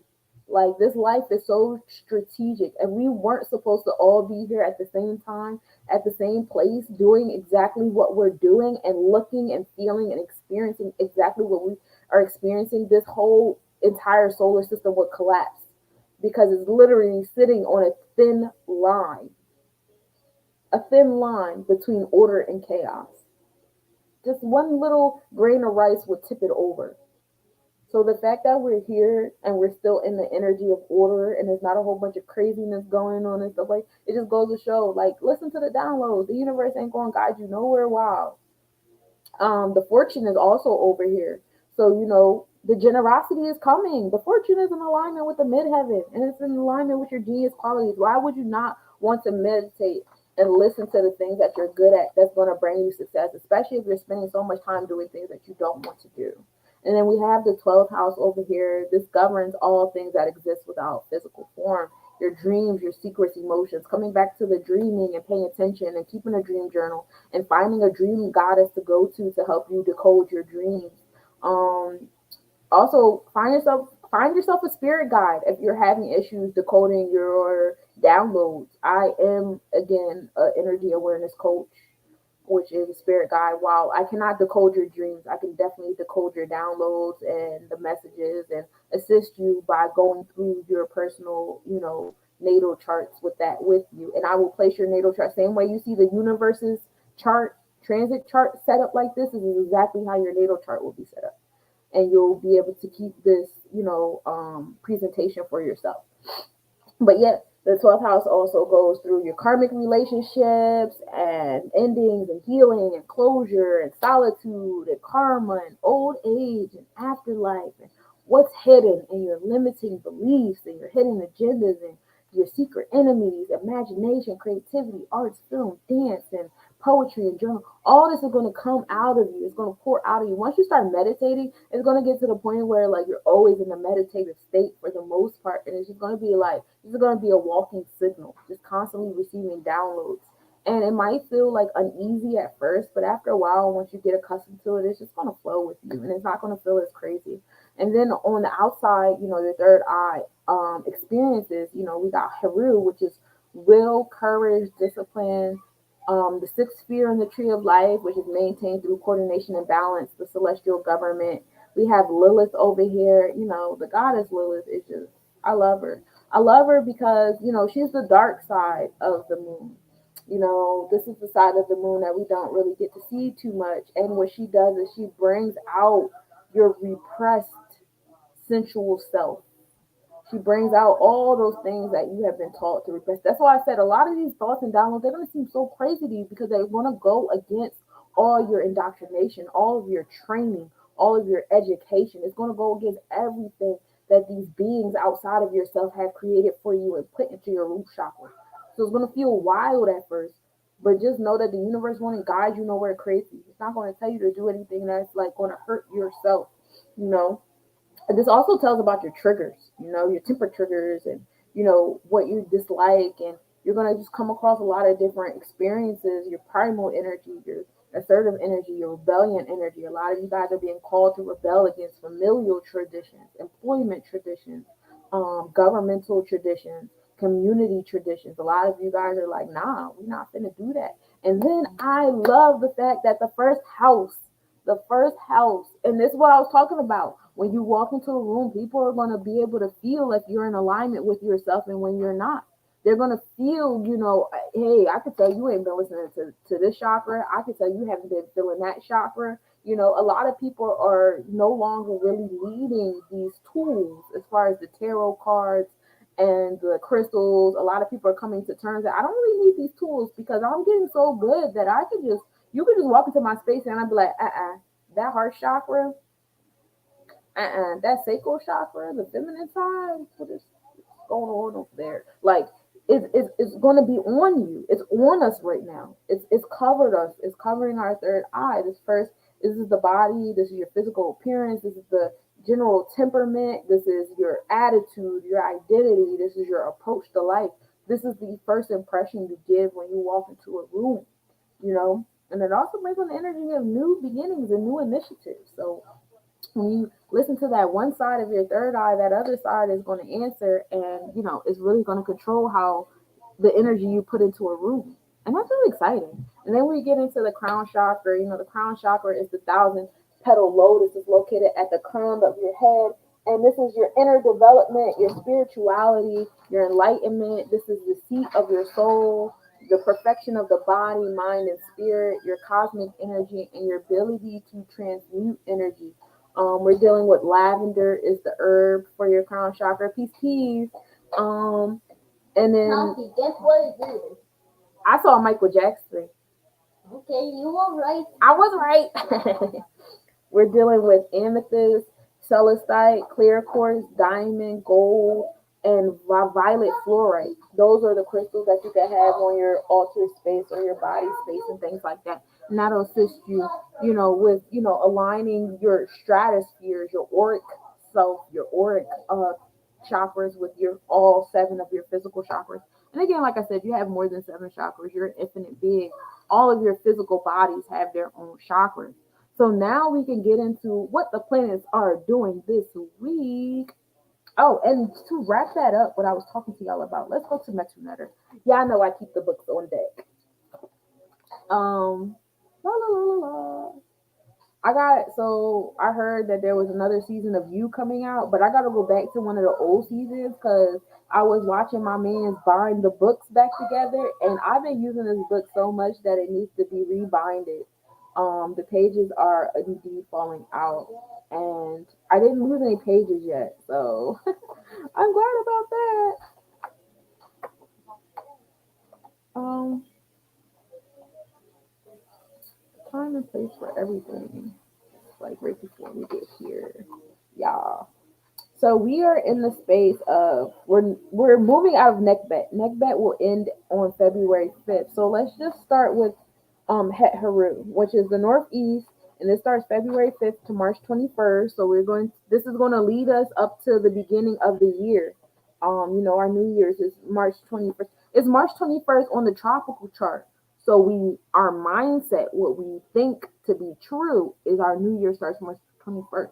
But you will feel the New Year's on April 15th, which is when the sun will actually enter the Aries constellation. So the sun will enter the Aries zodiac March 21st, but it'll enter the Aries constellation April 15th. That was just like a little. But anyway, 3 a.m. to sunrise, we're dealing with Het Haru. You are fully re-moistened by the inner and outer waters. Your body is warming up with the gentle, fructifying psychic heat of Het Heru. These are your pleasant dreams. And the most important meaning of dreams is in regard to their emotional content. Pleasant, joyful dreams presage success in turbulent, dark, troubled dreams and are portents of difficulties. Understand that they are signs of the gestation of the beliefs you have accepted. To control your dreams and hence what you manifest in your life, take into mediumistic trance every night what you want to see manifesting in your life. Again, tapping into that third eye is important. It is important, however, to realize that your personal will must be in harmony with your true self. Remember, I told y'all about that. Y'all got to be in alignment with your will, and this will be revealed through the oracle.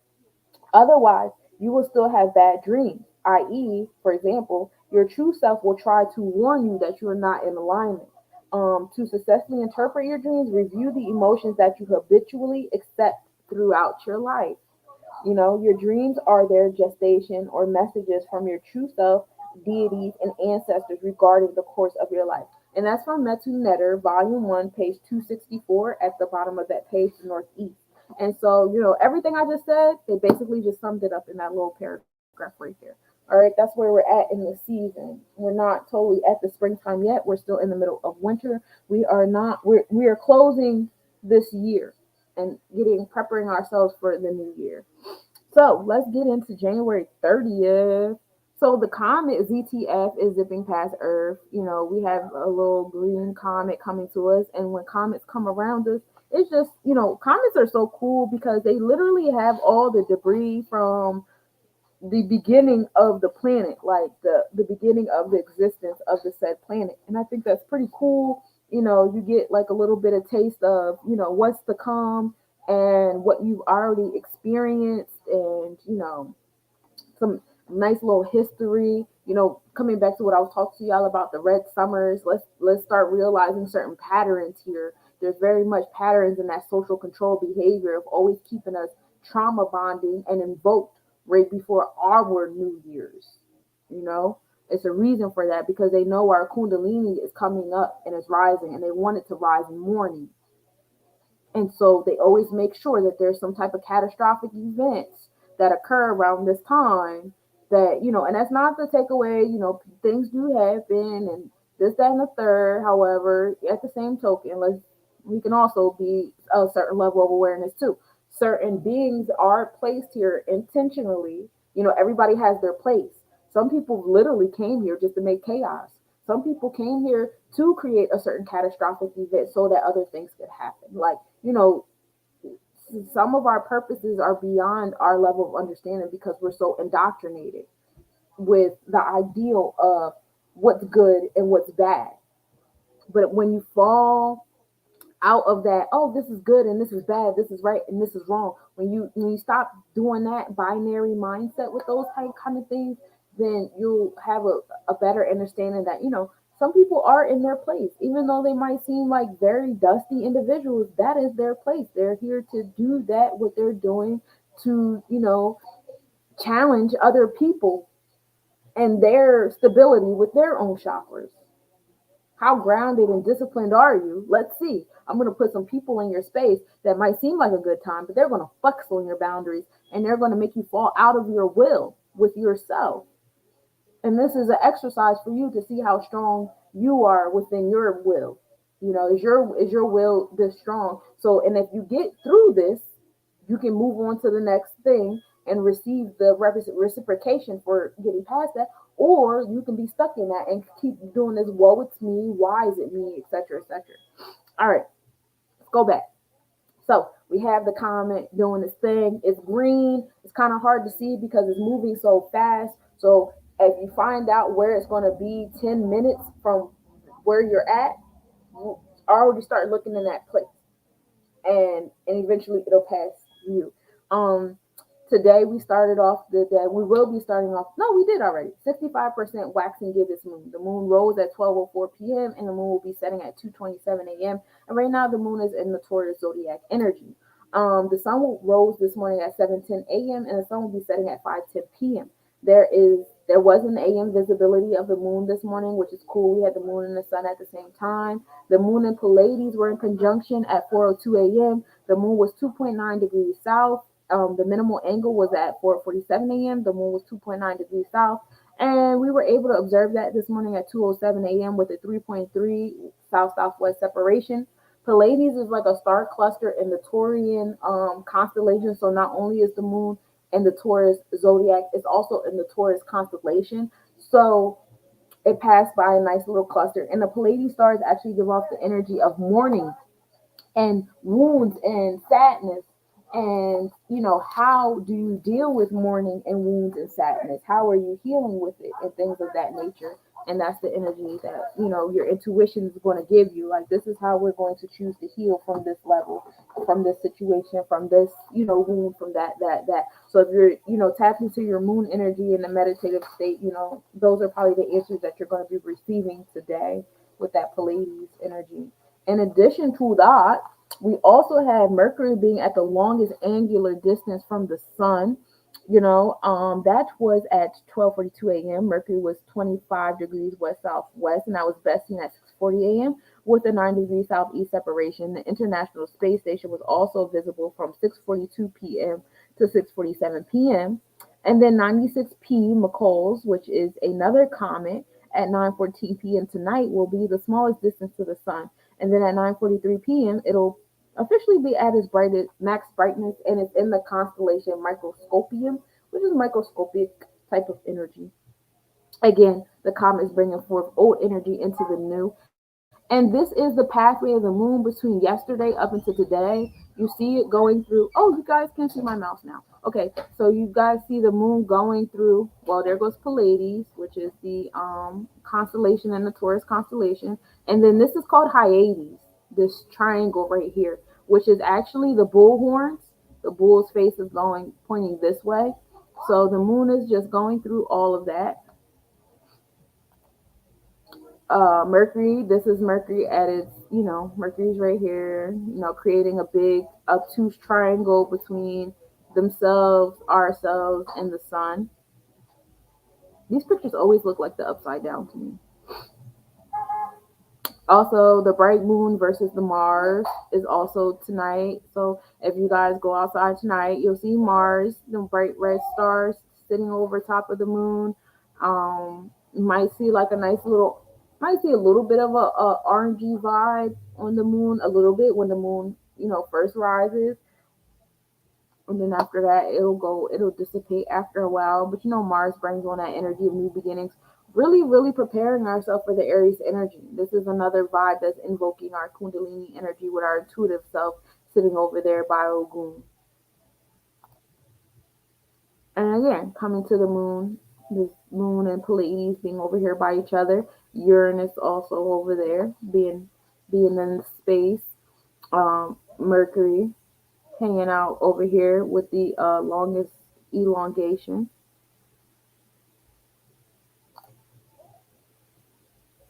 And then we have a comet over here, and that's if you guys do have the telescope or the telescopic lens on your camera, you'll be able to see the comet, over in this direction. What was that, like northeast to the sun? It's all in the Capricornus constellation. And then we can move over to Tuesday, which is January 31st. We'll be at a 74% waxing gibbous moon. And the waxing gibbous moon is the moon of endings. During this moon phase, you're going to start to see the results of your work, especially if you've been very diligent and consistent through like the month of January, since the solstice. You're definitely going to start to see a peak, some level of reciprocation for your diligence and tangible results. After that first quarter energy doubt that we had with that first quarter moon, you'll feel your achievements, but don't let them stop you. Like, life is a journey. I was having this conversation with a friend the other day. I'm like, we treat goals like they're a destination. Goals are not a destination. Goals are a part of the journey. You don't say, oh, I want to be this, like me. Oh, I want to be, a witch. Ever since I was a kid, I always wanted to be a witch. When I was, in Head Start. I used to live in Delran, and when I used to walk home from school every day, I used to make mud pies and play with the grass, and I would have my own little seance things I would say, and I used to make up my own words, and I actually used to hear sounds. I used to have conversations with. So it's like, and then yesterday I had an interview. If you guys didn't see me on Mental Salvation Radio, I was, I told y'all, like, I am that I am. I came through the womb already knowing who I was. It was just there were certain people put into my life throughout my journey to test how strong I was, how strong my will was. And it was like, are we going to successfully push you away from the person that you already know you are and tell you, oh, you're just a child and that's unrealistic? And then feed me a whole bunch of images and movies and books and things to show me how unrealistic what I'm saying is? Or am I going to stick to my guns? Yeah, I had a period of time where I didn't stick to my guns, where like Disney really convinced me that I was being unrealistic. But then once I started really arming myself with more knowledge, I realized that the term witch isn't Disneyfied. It's actually being an intellectual individual and providing that level of intellect to individuals around you. And witches are actually leaders. They were like quote unquote mayors of their villages, of their towns, if you will. And that was the individual that everybody came to for healing and edification and whatever they needed.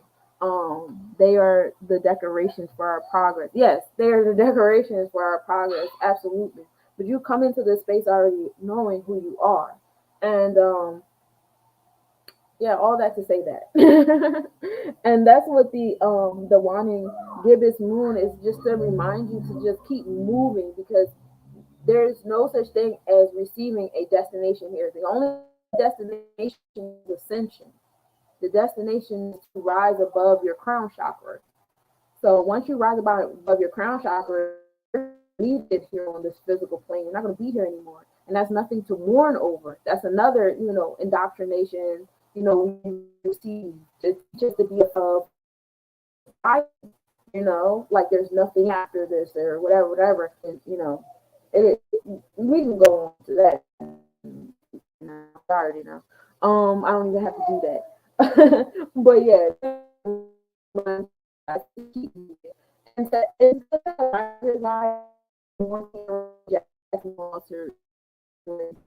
around at 5:16 p.m. Moon and Mars will be at the moon will be 0.4 degrees.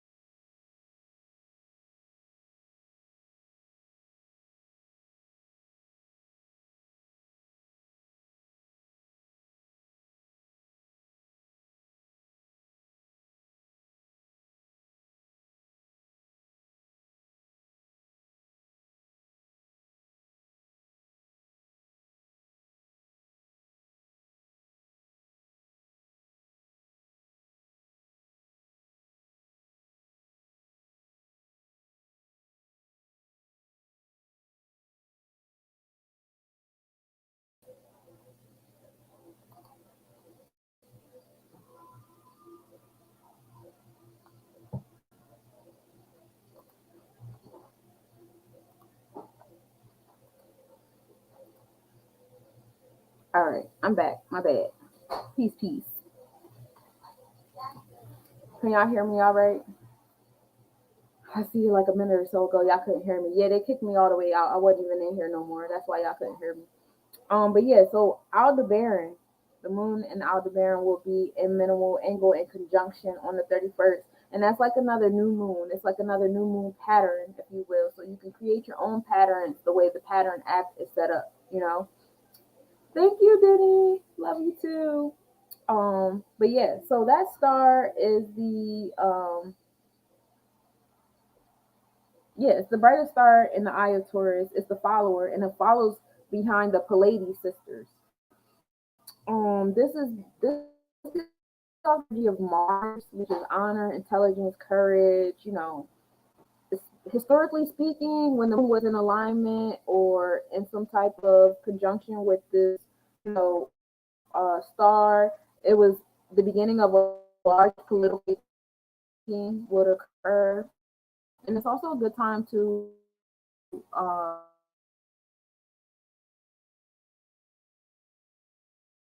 distance to the Earth at 5:19 a.m. Mercury Albaldo will have a minimal angle at 7:58 a.m. Mercury will be 0.3 south. Conjunction will occur at 8:29 a.m. It will be 0.7 degrees, and we'll be able to observe that at 6:18 a.m. tomorrow. So Mercury, we know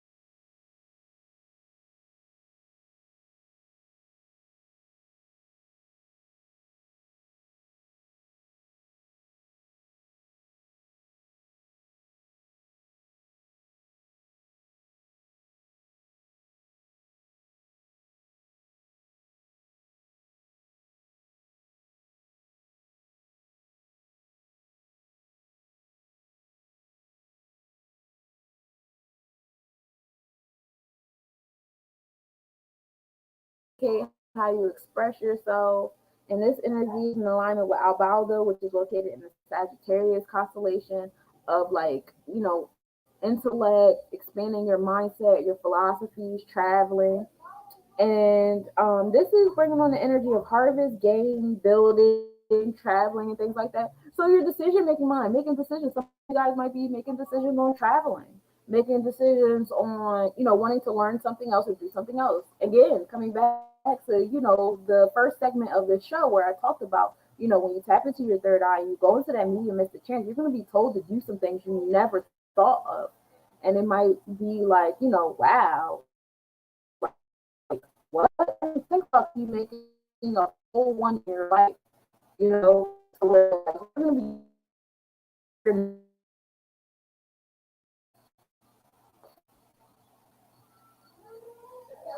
they really trying me over here. But I appreciate y'all for tapping in and being patient. But yeah, that's what's happening with that. And the International Space Station will be available at 3 and again from 7:30 p.m. to 7:33 p.m. That's true. That's time black music. E220E3 will reach its maximum brightness at 7:20 p.m. as well. So that'll be exciting. And the Persepi, which is the beehive cluster that you guys see in this photo next to the Cancer, you know, constellation, it will be in midheaven at midnight, and it will culminate 4 minutes earlier each day after. So every day after, it will be like rising at 4 minutes earlier than over and over and over again. So that's exciting. We also have February 1st, we're going to start the day off at an 82% waxing gibbous moon, still in that moon of endings. The moon is going to rise at 1:25 p.m. and then it's going to set at 4:31 a.m. We are now in Gemini zodiac energy. The sun is going to rise at 7:08 a.m. and then it's going to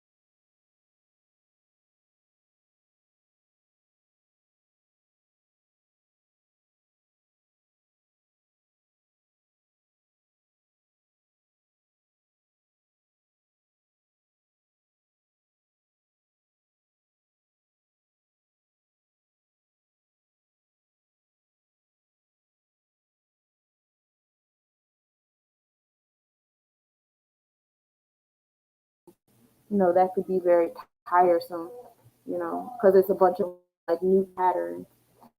But yeah, so the comment on February 1st, I'll go back to the beginning. February 1st, we're at 82%. We're still in that wax and gibbous. We are still in that wax and gibbous moon of ending.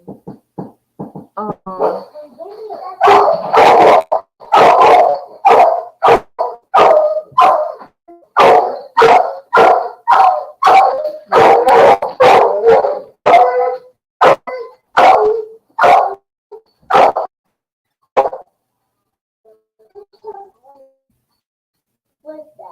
okay, the moon is gonna rise at 1:25 and then it'll set again at 4:31 a.m. It's in the Gemini. The sun is going to rise at 7:08 a.m. and it's going to set at 2 p.m. And then the comet C222.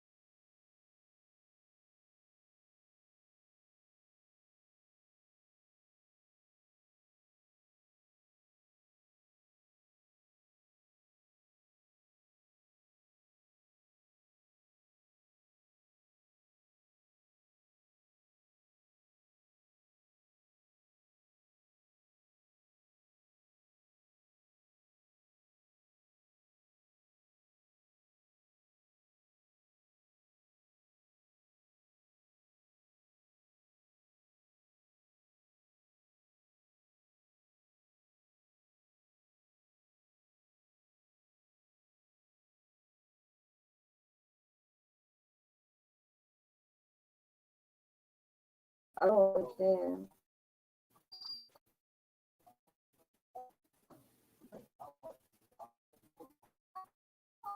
I don't know what to do about that. Anyway, February at 89%.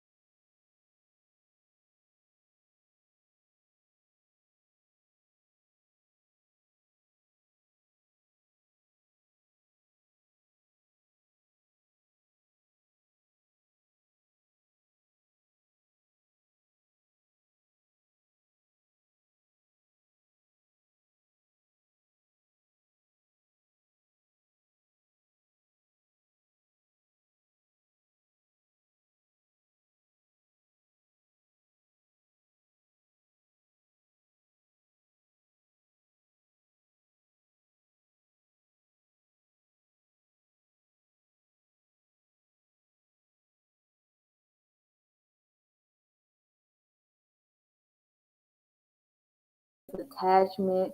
You want it to be around your community and do more things with your community is also going to be things, so in that realm of things as well. Let me fast forward to there you go. We also have a equilateral triangle happening with Sirius star with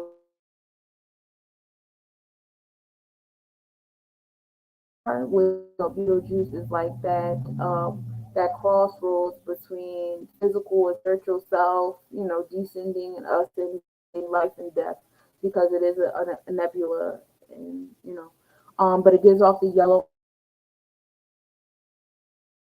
Oh, I mispronounced that, John. But then that the brightest star in the Canis Minor, which is the little dog constellation, again giving off the energy of loyalty and having a sidekick.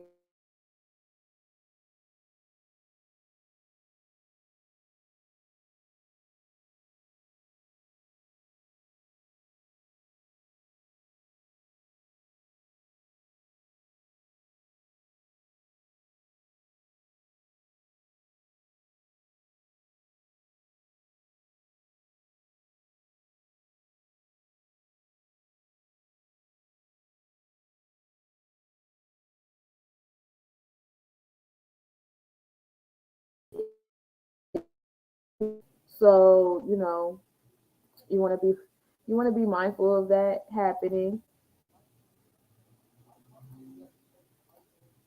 Excuse me.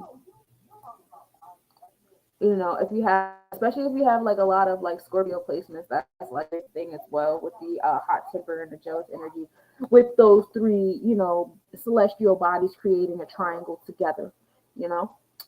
February 3rd will be at a 94% waxing this moon, still in that moon of endings. The moon is going to rise at 3:13 p.m. and it's going to set at 6:12 a.m. We'll be in the Cancer zodiac energy. The sun is going to rise at 7:06 a.m. and it's going to set at 5:20 p.m. The moon in Castor will be in conjunction at 10:33 a.m. The moon will be 6.2 degrees south. The moon of Pollux will have a minimal angle at 2:13 p.m. The moon will be 2.5 degrees south, and then conjunction is going to occur at 2:17 p.m. and you'll be able to observe that at 6:03 p.m. with a 3.2 degree southeast separation.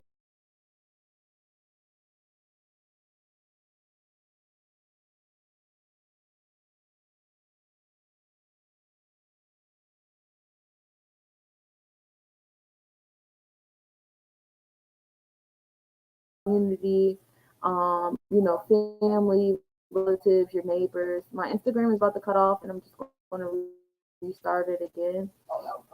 You know, Technology is trying to move against me, and it's cool. Instagram got this 1 hour thing now, and that's cute. Hold on 1 second. Let me bring this slide back up since this one seems to be the most stable.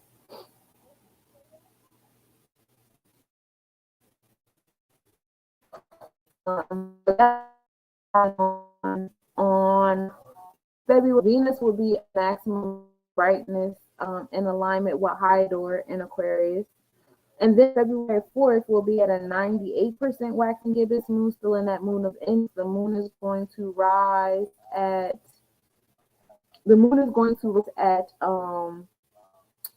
oh yeah, Facebook do be like hating on me like hard as shit. Yeah. The sun is gonna set at 5:20.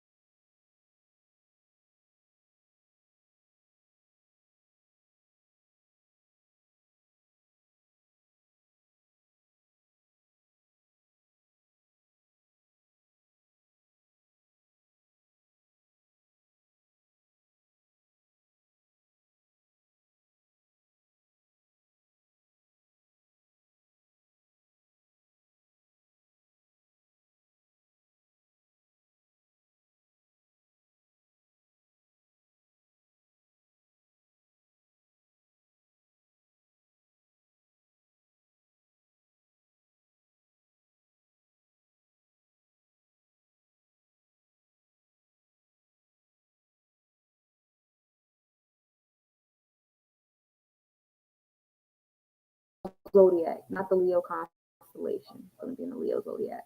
And so that full moon is happening then. The sunrise will be at 7:04 a.m. and it's going to set at 5:23 p.m. Mars and Aldebaran will be in conjunction at 1:39 a.m. Mars will be 8.2 degrees north. We know Mars is your motivation, your aggressive self, your solar plexus chakra, which is your energy, your energizer. And then what we said it was the Aldebaran star, which is in the eye of Taurus, which brings on honor, intelligence, and courage. Again, bringing back that energy of the large political undertaking. So for those of you guys who really be tapped into like the news and what the government is doing, it's probably going to be like a crazy story in alignment with, what's happening in the cosmos with that, and I believe there's some wars going on. And then there was one being declared on China or something. I have one friend that's always sending me articles, and I don't really internalize them well enough to remember them. I'm not even going to hold you. I kind of steer away from. I know it's important to know all things, but I like to live my life. I'm a Leo rising, so like I'm always in that childlike stuff. Like, don't watch that shit. Put on some cartoons, please. Yeah. So the full moon, this is actually the moon of celebration. You're gonna feel that burst of energy, complete projects, go over finished tasks, life-altering hurdles might occur. Black tourmaline, obsidian, amber, turquoise, rose, ruby, or something to have on your altar during a full moon. This is also the moon, the storm moon, or snow moon. February, usually when the snow starts falling. We're still dealing with the scarcity of crops because it's cold and things like that. The full moon is going to rise at 1:29 p.m. on February 5th. Earth will be between the moon and the sun, which is why the moon appears to be full. And then the moon is also going to form an isosceles triangle with Regulus and Algebra, which are stars in the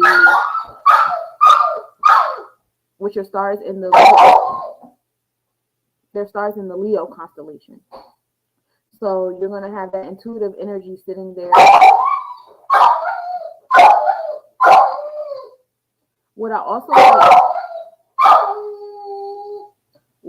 like that Scooby, are you serious? What I also like is that in the tropical chart, Leo is our first house is in Leo.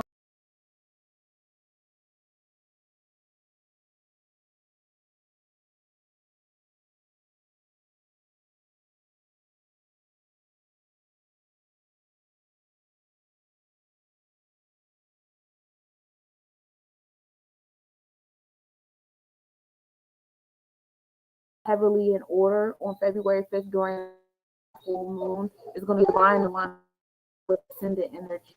And, it's going to triangle. Triangles bring creation. And we're creating our third eye and with the masculine side of the third eye. We just went over that whole thing on our chakra chart with the universe and stuff. That's exciting to look forward to. So we still are in a full moon energy. The moon is going to at 7:53 a.m. We're still in the Leo zodiac. The sun is going to set at 5:24 p.m. And the moon and Regulus will be in conjunction at 1:15 p.m. The moon will be 3.7 degrees north. Minimal angle will occur at 2:47 p.m. The moon will be 3.6 degrees north-northeast. You'll be able to observe that at 6:47 p.m. with a 4.3 degree northeast separation. And again, Regulus is one of the bright stars. It's actually one of the four horsemen stars in the Leo constellation. It's four stars and two pairs that come together with the sense of togetherness. Glory, riches, power. Scooby, stop! It's the energy of glory, riches, power. Little king. Royalty. It brings on the energy of Mars and Jupiter, which is like that warrior-like energy, but it's giving that Jupiter father time, generosity, and expansion type energy with that new beginnings energy. So it's very dope vibe. Ambition, fond of power, and independence are definitely vibes you feel with that alignment sitting into your intuition. So February 5th, between the Leo constellation and your intuitive self. So definitely like super strong moments for your third eye on those 2 days. February 7th, we're at a 98% waning gibbous moon now. The moon will rise at 7:19 p.m. and it'll set at 8:18 a.m. We'll be in the Virgo zodiac energy now. The waning gibbous moon is the moon of retribution. So this is the first moon phase after the full moon.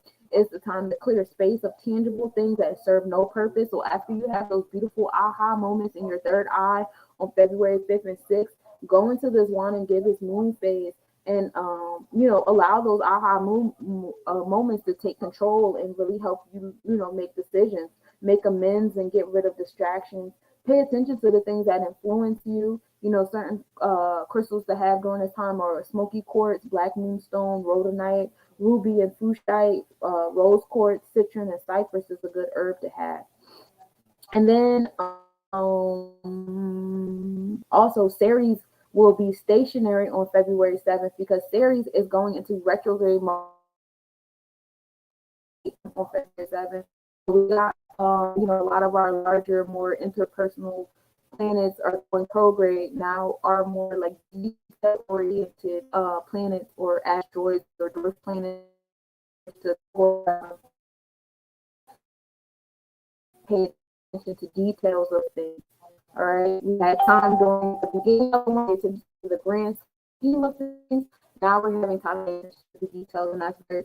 For those guys who need a reminder, Aries is that energy of that nurturing and nocturnal energy. Okay, agriculture coming back. You guys planting our seeds and sprouting them and stuff like that. We're 8th, we're going to be at 94% wine gets still in that 20 p.m. and going to set at 8:48. And the sun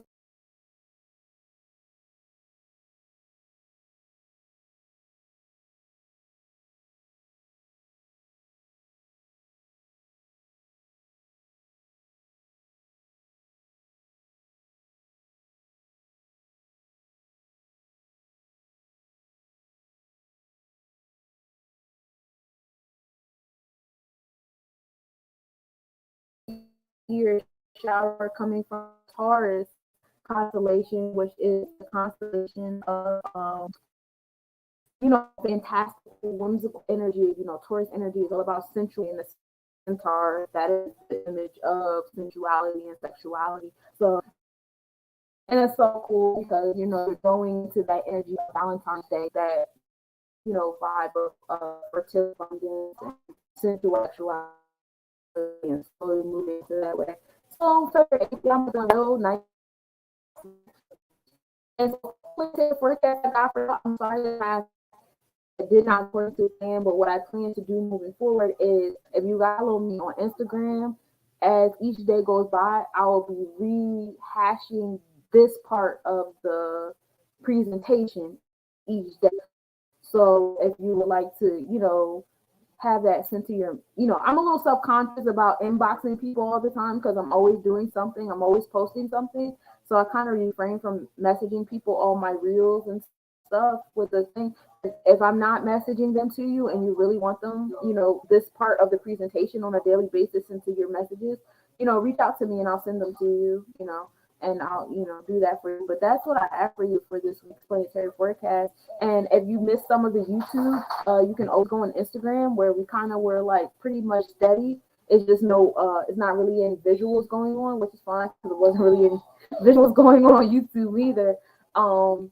You guys can catch me on Instagram to catch the full last part of this on the third video. And that's really what I have for y'all. And I'm gonna go because I'm gonna go. I'm being patient and present for the best of my peace, y'all. Thank y'all for tapping in, and thank y'all.